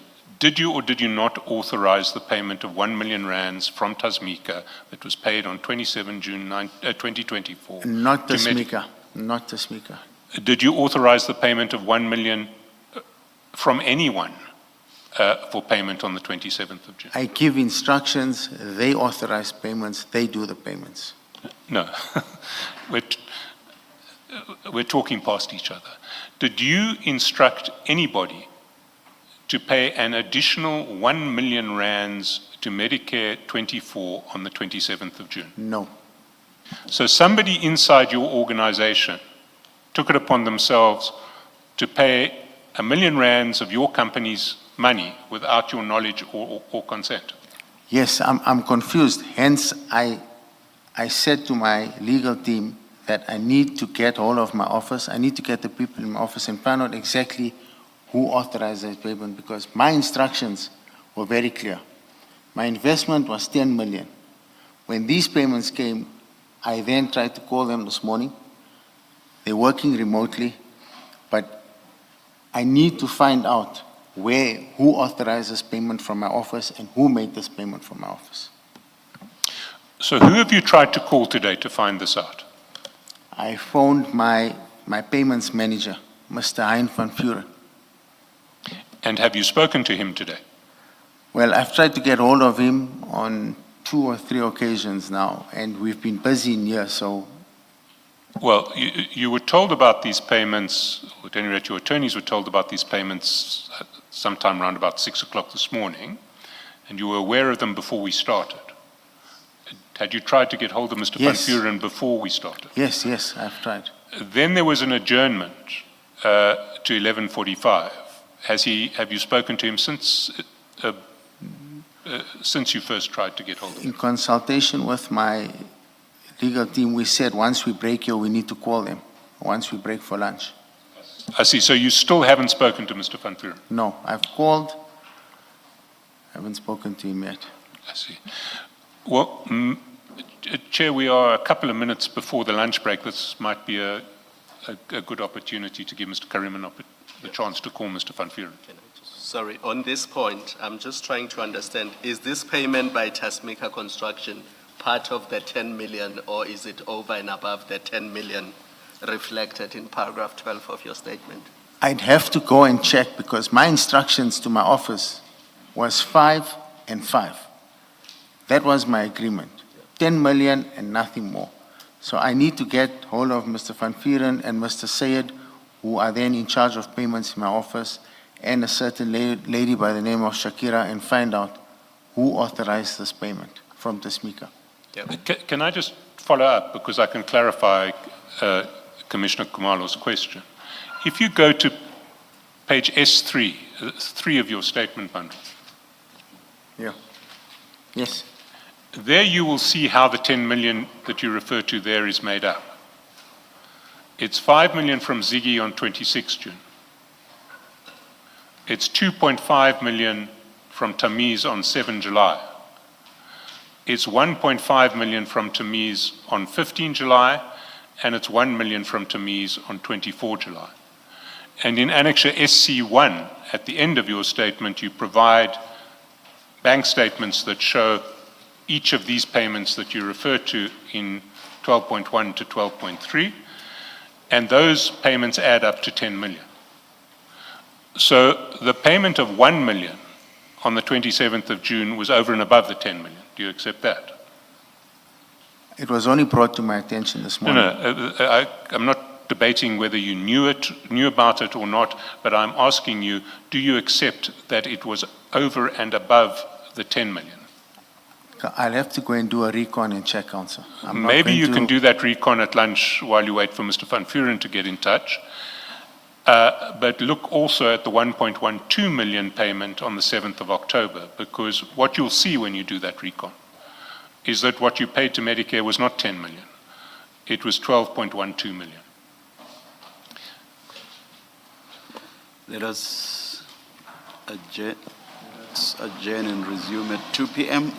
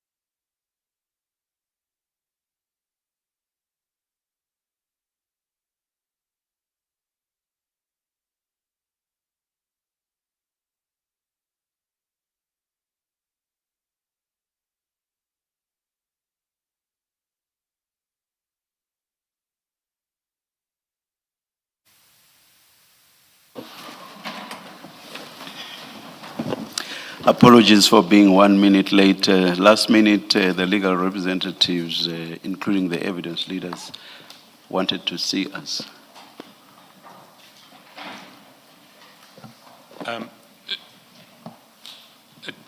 Chair, are we just continuing at this stage, or are we going to sort out the closing time? I think the housekeeping matter must be placed on record right away, perhaps.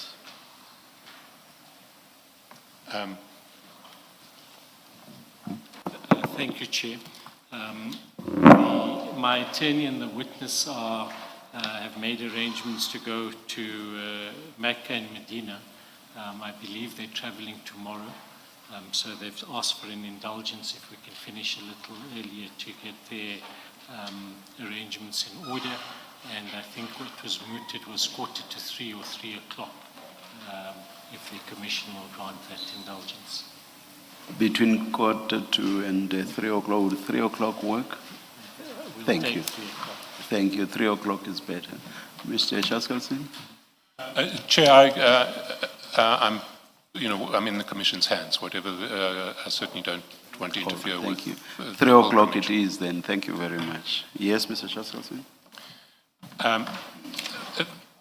Thank you, Chair. Did you manage to get hold of Mr. Van Vuren? Is it Mr. Van Vuren? Yes, Council. And what were you able to establish? They're going to look into it. They're looking into the matter. It was 2 years ago. I just got hold of him. Like I said, the offices are closed, but I said he needs to quickly get hold of the other person and try and see exactly who authorized that payment. So, but you know you didn't authorize that payment? No. So what we have is a situation where over and above the 10 million that you instructed to be paid in accordance with your agreement with Medicare 24 Tswani, there was a payment of 1 million from Tasmika on the 27th of June 2024, and there was another payment of 1.12 million on the 7th of October 2024.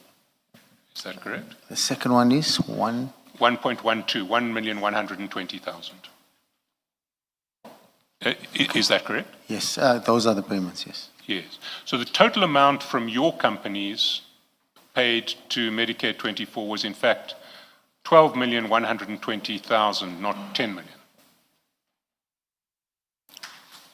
That's what I established now. And your evidence is that you first became aware of the extra 2,120,000 from Tasmika today, when the Commission drew to your attention. This morning when I woke up from my morning prayers, my attorney alerted me about this. Right. So, does anybody other than you have authority to issue instructions for payments of 1 million and more out of Tasmika's account? There isn't, but people have access. No, there's a separate question. The people who have access, I understand, who can process banking transactions, but does anyone have authority to issue the instruction, on behalf of Tasmika, you will pay 1 million? Only I issue instructions. Only you. So anybody who made this payment, or these two payments, without your knowledge, was misappropriating money from Tasmika's account? I'm now made aware of that, Council. One good thing to come out of this commission for you is that you've been alerted to the fact that people have stolen 2.12 million from you. I just had that discussion with my counsel now. I'd like to thank the Commission for that. But let me just understand this. Where would that person have gotten bank details to pay Medicare 24? I mean, they could only have got that from you, since they have not had any interaction with Mr. Madlanga. Somebody who paid from Tasmika's account into Medicare 24, this 2.1 million or 2.2 million. Commissioner, when you have these accounts, it's a joint account. So those beneficiaries are shared amongst all those. So I assume that's where this problem came from.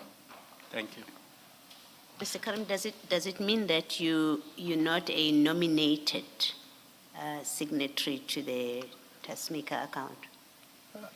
Commissioner, I have about 10 accounts that I deal with. So most of these accounts, I give it to my office to deal with. I don't deal with payments because I'm mostly on the road and I don't have time to make payments. So I delegate these payments to a certain team in my office. I am the nominated person, but they have all the details, they have all the login details. You are a nominated signatory to Yes. the account. Okay, thank you. And do you receive payment notifications from that account? With FNB, from time to time, you might get an email, you might get an SMS. It's not consistent. It either comes via an email or it either comes via an SMS. But is it possible that a transaction for 1,120,000 might go off the Tasmika account without any notification to you? Council, it's possible. Sometimes I'm on the mine, messages don't come through, there's no networks. It's quite deep into the rural area, so there is a possibility. No, I understand that you might not get a contemporaneous message because the signal's down. But when you go back into the land of signal, that message ought to be delivered to you. Yes, but at that time, remember, it's not only bank messages coming in. There'll be a lot of people trying to call you, so it's multiple of messages. I just don't look at them. I don't go to the messages. I see. Now, Mr. Carrim, you certainly don't strike me as a sleepy businessman. Have you managed to lose 2 million in your bank accounts before? Has that ever happened to you before? Council, these days, and I've been looking at a lot of the companies, there's a lot of siphoning going on. There's a lot of money being lost in accounts, a lot. It's a separate question I'm asking. Has anyone ever made a payment of 1 million rands in one payment out of your account without your noticing? No, Not your knowledge, at any rate. not my knowledge, yes. And of course, no one's made a payment of 1.12 million rands out of your account without you seeing it. Yes, and that also sounds like a very, 1120 doesn't sound like a payment that I would instruct to make. Yes, it's a payment that attracts attention. 1,120,000, is it not? Correct. Are you a director? What's an official relationship other than a shareholder? What other relationship do you have? I'm the Or sitting- director. You're a director. And the company does prepare financials. You would expect something like this to have been picked up by whoever prepares financial records? Well, if it's not, if they don't pick up, if it's not suspicion and went off the bank accounts, the accountants will continue and process with the payments because they would have thought I authorized. So accountants work off the bank statement and process according to the bank statement. They will not call me for every transaction. So they would think you have authorized because you are the person with authority to authorize. No. They would think that I gave the instruction for payment. That's what I mean. Yes. You are the only person that gives instructions for Yes. payment. Thank you. Yes, but they'd have to know how to enter it in the books. And if they went to the bank statement, they would see, let's look at page 555.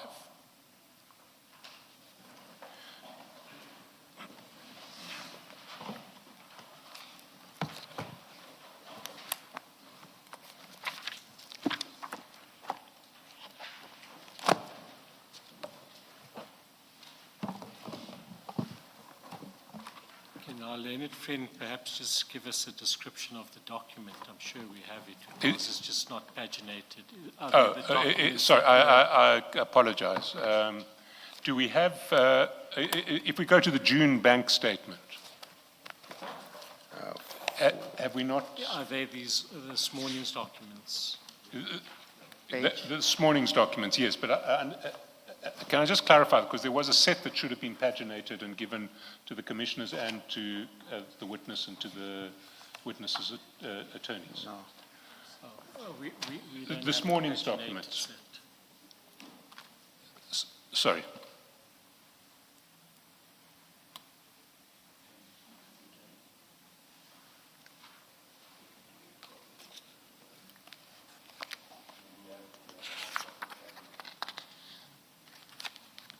Mr. Chairperson, if I could just check, what you're referring to is the Tasmika construction Yes. statement. Yes, We I must haven't- apologize to my colleagues for this because I'm told that the witness has a paginated file, the commissioners have a paginated file, but the witness's legal team does not. What we're referring to is the Tasmika, it's this morning's documents, it's the Tasmika construction statement for June. And if we go down to the 27th of June, Have you managed to locate it, Mr. Bana? We'll try and follow. Or can we just, can we get one of your files and we'll just paginate it quickly? can we display? What is the last page of your file, 544? Does Medicare June 24? Is that the first?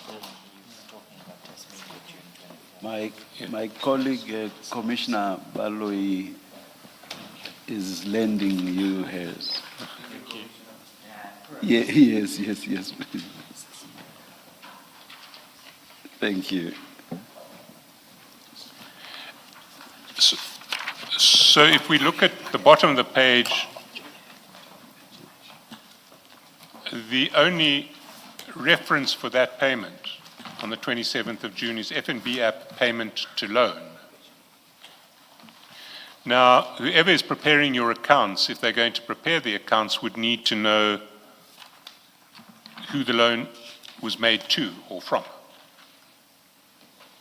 So there'd have to be, so the accountants ought to have asked a question, how do we book this 1 million? How do we describe the loan? Because it doesn't say Medicare 24. Yes, correct. So, Uh, okay. So,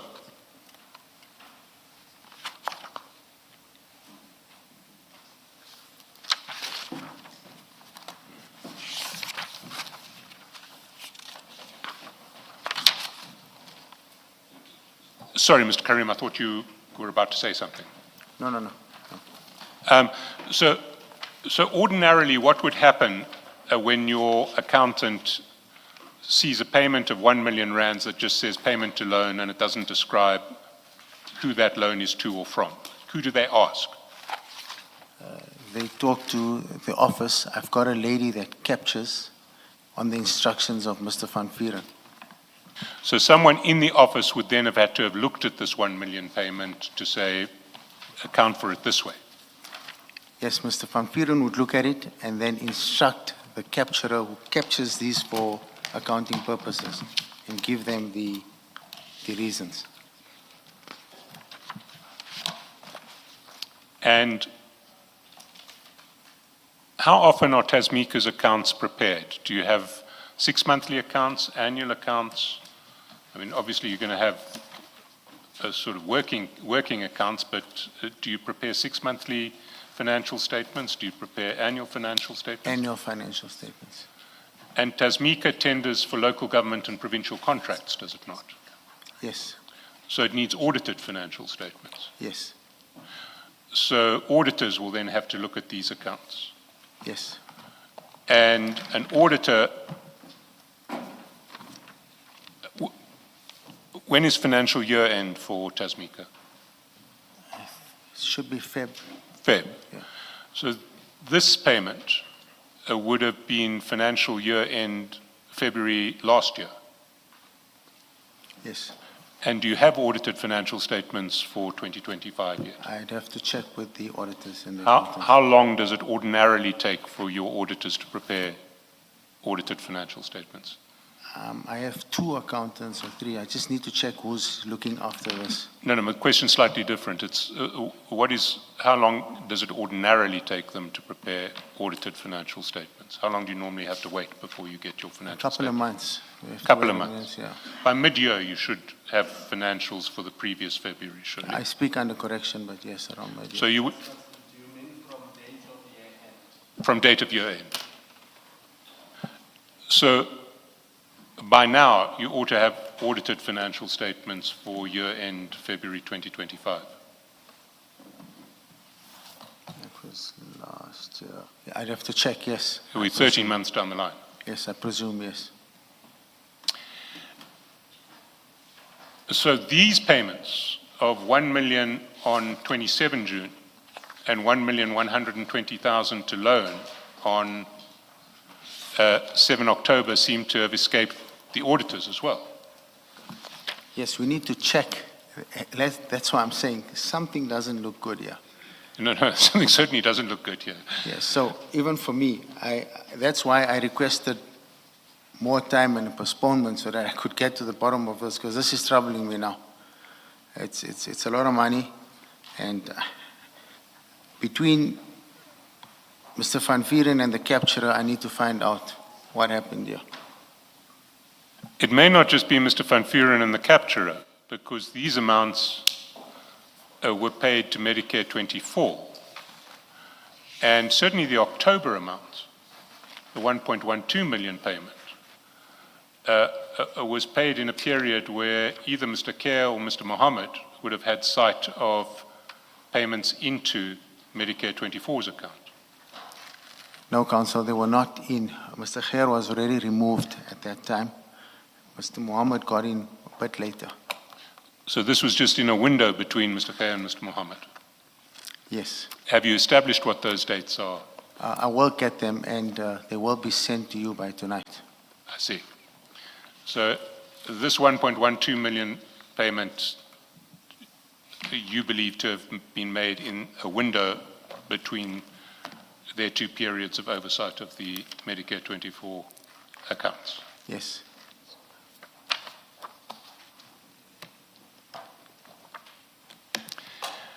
Now, as far as you're concerned, this is an unauthorized payment. It's just money misappropriated from Tasmika. Yes, I didn't authorize these payments. So what Medicare 24 owes you, in fact, is not 8.25 million, well, is not 18.25 million. It's actually more than 20 million, because it owes you another 2.12 million.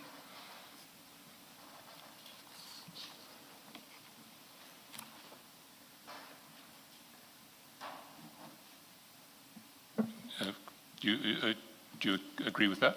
I think after we check and confirm from all these bank accounts, we'll then be able to determine the correct figure.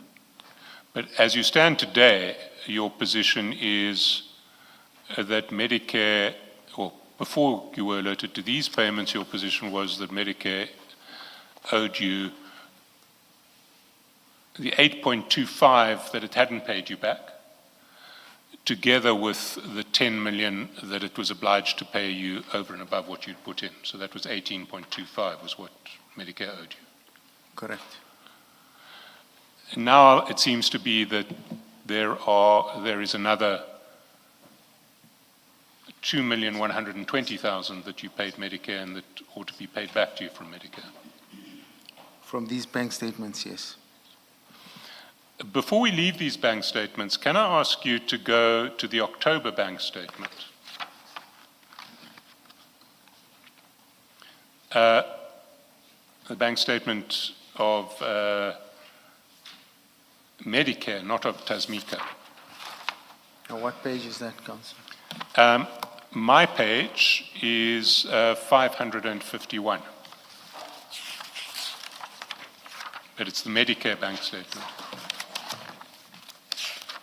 Maybe let's start on the previous page, 550, where we will see the Tasmika payment.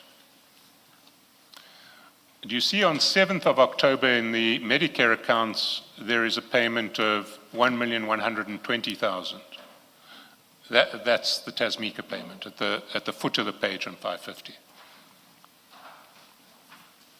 550, 550, yes. I'm starting with the Tasmika payment. yes.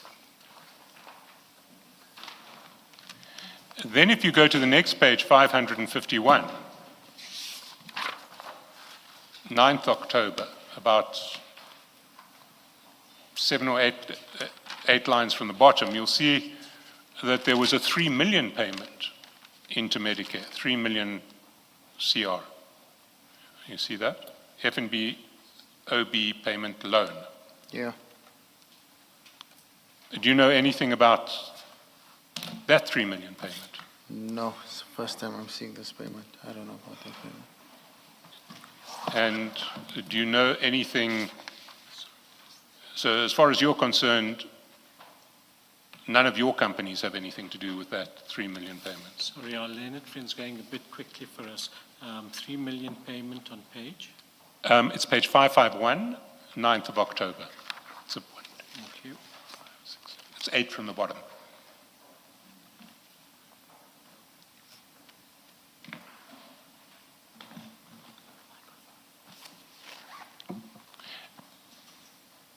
So that payment of a 3 million loan into Medicare 24, you say you know nothing about. No,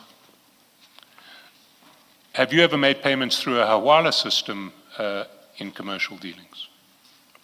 excuse me, can you repeat that? Hawala payments. Have you made payments through a Hawala system in commercial dealings? No. No. And to the best of your knowledge, if we investigate this payment, we won't find a trail back to any of your companies. I guarantee you, Council. Well, I don't think you can guarantee it to me because you've just told me 2.12 million went missing out of your accounts without your knowledge. You said it came via Navala system. I don't use Navala system. Yes, but it seems that you don't,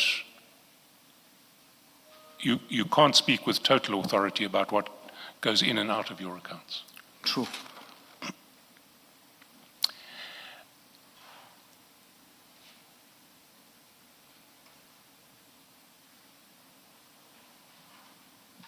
On any scenario, you went into proceedings, or you came to this commission a few days ago thinking that Medicare 24 owed you 18.25 million, plus interest, I would imagine. No, I said 8.25. Now, 8.25 is what you put in, but you were supposed to get a return of 10. Yes, but once the contract was cancelled, I was just wanting to get my capital back. And I know you probably would have been happy to walk away with your capital, but in terms of legal rights, if your agreement is what you say your agreement was, you were entitled to the 10 million over and above what you put in. Yes. Why haven't you sued Medicare 24?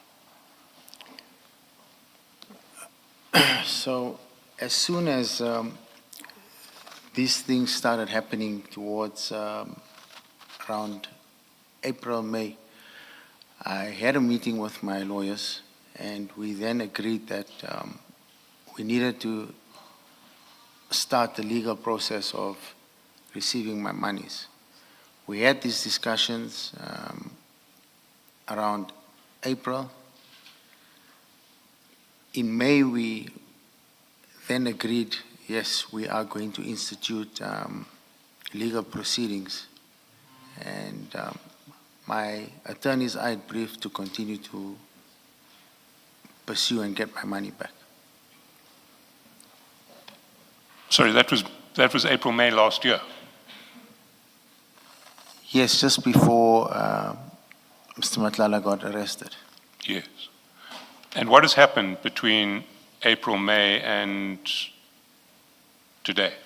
I can get a brief from them and then revert to you with that. We can send you the correspondence. And what is your claim going to be? How much are you claiming back? I'm not sure what they agreed to claim back, but I'll check for you. We'll send it to you on an email so that you have it on record. I see. When I suggested to you that 18.5 million was what Medicare 24 owed you. You said no, sorry, 18.25 million. You said no, it's just 8.25, I just want my money back. Had your attorneys not explained to you that you were entitled to the extra 10 million as well? Yes, we discussed that, but I don't know what did they do if they finalized on what they were going to claim back. I see. Can I just check something? Have you cancelled your agreement with Medicare 24? What became of that agreement? Commissioner, remember, as I explained, once I received the SLA in October, to get Mr. Madlanga to sign that agreement was a bit of a uphill. He kept on saying, we'll sign, we'll sign. So the agreement with him was, once the SLA is out, we'll sign this funding agreement, and then we'll draw up another agreement. And he just never got to sign this funding agreement. So are you saying there's no agreement between your company and Medicare 24? What's the legal position as we are sitting here today? What we have is the proofs of payment that we paid him, and we have this funding agreement that was not signed. But did you shake hands on it? Yes, we had So it's an oral agreement? this verbal agreement. We shook hands, post come the funding agreement. Thank you.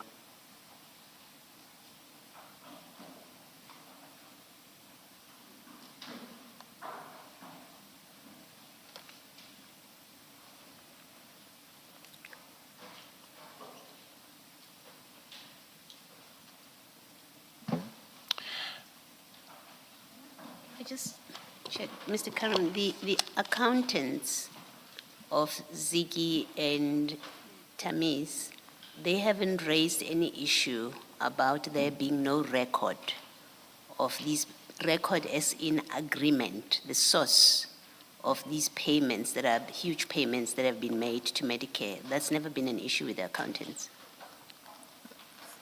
From my instruction to Mr. Hein, on the 5 million, I'm sure that is recorded in my books, yes. It is Say recorded. that again, you say? They are recorded. These loans are recorded.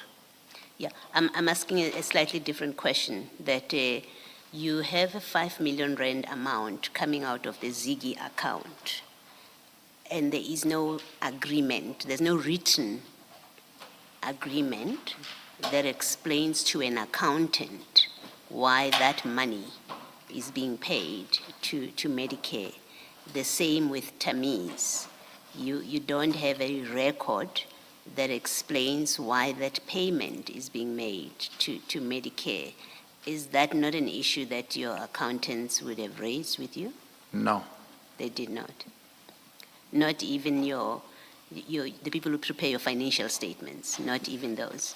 No, we brief them on, obviously they go through the bank statements. Mr. Hein will then brief them, this is a loan, that's a loan, this is going to this is an invoice payment. So he would brief them on what the transactions are. Yeah, I'm asking a different question. Your auditors have never raised an issue about the absence of a written agreement that authorizes or that explains these payments. The auditors have not done that. No. Okay, thank you. Can I just follow on with that? Because it seems to me that, I mean, Ziggy pays 5 million rands on loan to a company that is ostensibly at arm's length, Medicare 24. Presumably in the books of Ziggy, that amount of 5 million would be reflected as loan Medicare 24, because that's what it says on the bank statement. Yes, I'm sure the accountants will be able to take and produce that. But when the auditors come to audit Ziggy's financial accounts, surely they'll ask for an underlying loan agreement in respect of a loan as big as 5 million rands. They didn't ask for one. Again, we'd need to speak to those auditors. Who audits Ziggy's financials? I think I've given you an email address. They're going to give you an email address. Is it the same auditors for all companies, Yes. all of your companies? Not all. I'll just check who they're handling, but they'll be able to tell you which companies they're looking after. Thanks. And if they don't look after Ziggy, who do we speak to get an instruction as to who does audit Ziggy's books? These ones look after Ziggy. These ones audit Ziggy's Yeah. books. Sorry, one more thing. What's the position between Ziggy and Tamiz? Does Ziggy or does Tamiz owe 5 million to Ziggy or the other way around? What's the position? Because I understood from paragraph 12 of your statement that Tamiz made payments to Medicare on behalf of Ziggy. So Is there an underlying agreement? there's internal loan agreements, yes. Thank you, Mr. Chairman.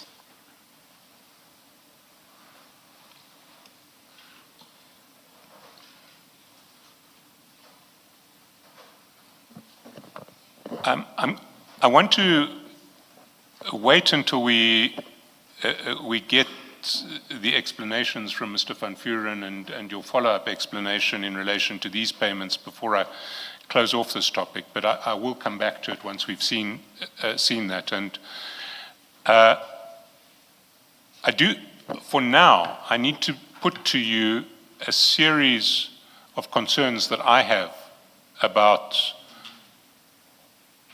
this agreement between yourself and between Ziggy and Medicare 24. You just need to hear them. I'll ask you for comment later when we see you again. But in fairness to you, you need to know my concerns, which may well also be reflected among some of the commissioners. My first concern is my first concern is with the numbers. There is, your version in the statement is a loan of 10 million. It turns out that there were payments of 12.12 million. We need an explanation for where the extra 2.12 million comes from.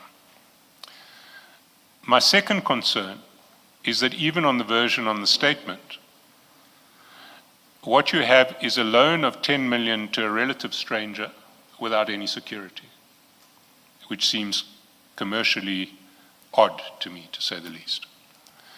My second concern is that this loan to a relative stranger without security is not just without security, it's without a written contract.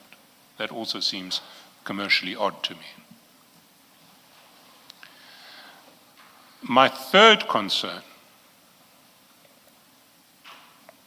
is that for a party whose stated relationship to Medicare 24 is that of simply lender, it does seem to me that Ziggy or yourself or your companies or your group generally performed a role much more akin to a partnering investor than a lender. You provided accounting support.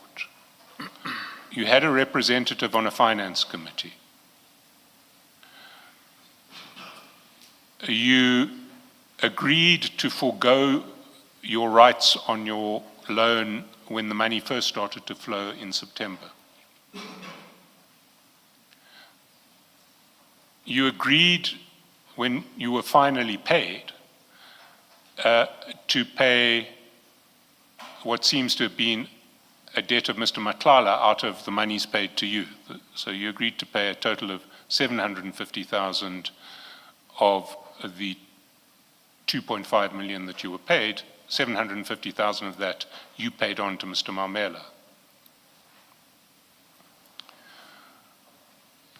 All of these elements concern me, and they, in my view, cast doubt on the correctness or the truth of your version of a loan. And what I want to put to you is what it looks like to me. It looks much more like you were an investing partner in this contract, and that you were an investing partner together with Mr. Mamela, and that while you were in business with Mr. Mamela in relation to a Chrome project, while you were funding an interdict that served to protect Mr. Mamela's company, you might also have been investing with Mr. Mamela in this contract. Because Mr. Mamela keeps on getting screenshots of your communications with Mr. Madlanga. Mr. Mamela gets paid out of your payments from Mr. Madlanga.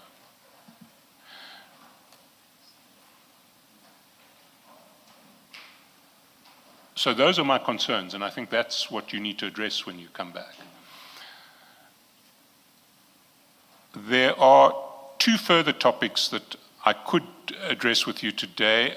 Let me first ask you, just get some clarity about, which relates to the Mr. Mamela relationship. You spoke about the origins of your relationship with Mr. Mamela in the house sale, and that you then went into this joint business in relation to a chrome mining operation. You mentioned that you were each going to put in 55 million, and that to raise his 55 million, he had to sell an asset, and he sold it. And you said you got notified that the money had been transferred to the lawyer's trust account from the sale of the asset, and you said you were overjoyed because now you could start the project. When were you notified that the money went into the lawyer's trust account? Approximately when was this? Sometime in December 23, November. November, December. And then you say, subsequent to me receiving the funds, Mamela approached you and told you, subsequent to you receiving the funds, Mamela approached you and told you that he's got challenges with his current house, he's paying penalties, he's losing $1 million a month on penalties, so could he please take some of his money and complete his house, then he'd bring back the funds so he could continue with the project. How long was that after you had received the funds? It was immediately. It was, you mean how, when did he approach me? Yes, when did he approach you? You get the funds, you've now got the money in Ziggy. Yes, that same day he approached me. The same day he approached you? Yeah. So when were the funds paid out? So were the funds in Ziggy for more than a day? The funds were there for a couple of hours, and that's exactly what my problem was with him. And that's exactly where I had an issue. As I said to him, I've already committed. You cannot backtrack on this. We had a gentleman's agreement, paperwork is to follow. I've made commitments, people are waiting. This is not acceptable. But within a couple of hours you'd paid him the money? I had to pay him the money, it's his money. Well, it wasn't actually his money. It was money that he had committed to a joint project with you. So you had a contract with him that he had to put up 55 million. Yes, a verbal contract. You had to put up 55 million. Yes. And that 110 million was now going to be used for some mining project. Yes. But you agreed immediately he put up the 55 million. That, or I think you said it was 56, that he could take his money back. Mr. Shackleton, if someone comes to you and you're holding that kind of money of theirs and they're sitting in front of you and he says, I'll bring back the money, I want my money back. I had no choice. I said, it's fine. What time frames are we looking at? When will you bring this money back? He said, he's busy with a disposal of another asset. He'll come back to me, but for now he needs to finish his house. You see, again, one of the things that strikes me as odd about this arrangement is that he sells an asset. The money gets paid into trust at his lawyers. He can instruct those lawyers what to do with that money. He can instruct those lawyers to pay you, or he can instruct those lawyers to pay him.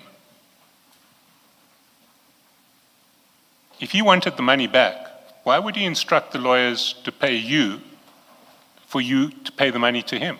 Why wouldn't he just instruct the lawyers pay me directly? We'll have to ask him, because the instruction was to pay to me based on the agreement we had on this mining operation. So he gave you an instruction based on a contract. Well, he gave his attorneys an instruction based on a contract with you. He had a contract with you to pay 55 or 56 million.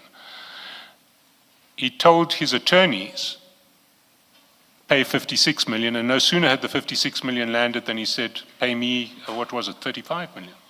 No, he requested 40 million at that time. Sorry, he requested? 40. 40.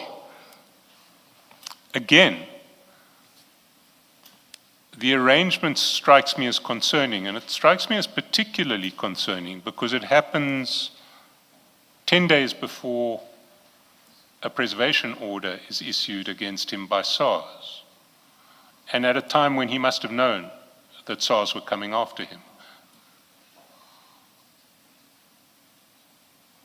Did it not strike you as funny that the money came to you, and then as soon as it came to you, the person who had effectively directed that it be paid to you said, pay it to me? No, because he committed, and remember, I still had a balance of the money left over with me. He didn't take all his money. I appreciate that, but he took 35 million out of 56 million. Yes, he did.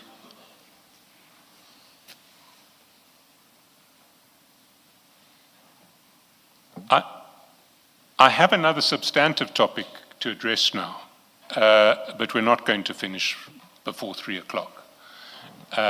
So I'd rather get to it when we resume.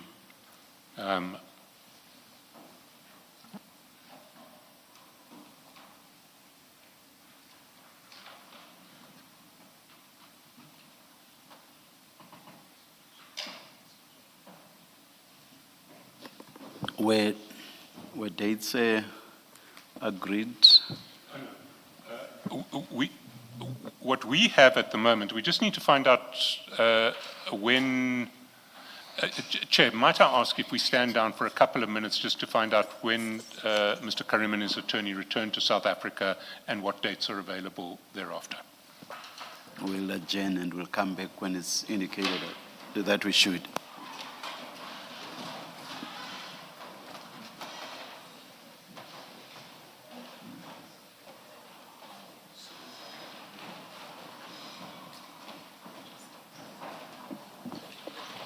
The legal representative who's traveling and Mr. Carrim are excused.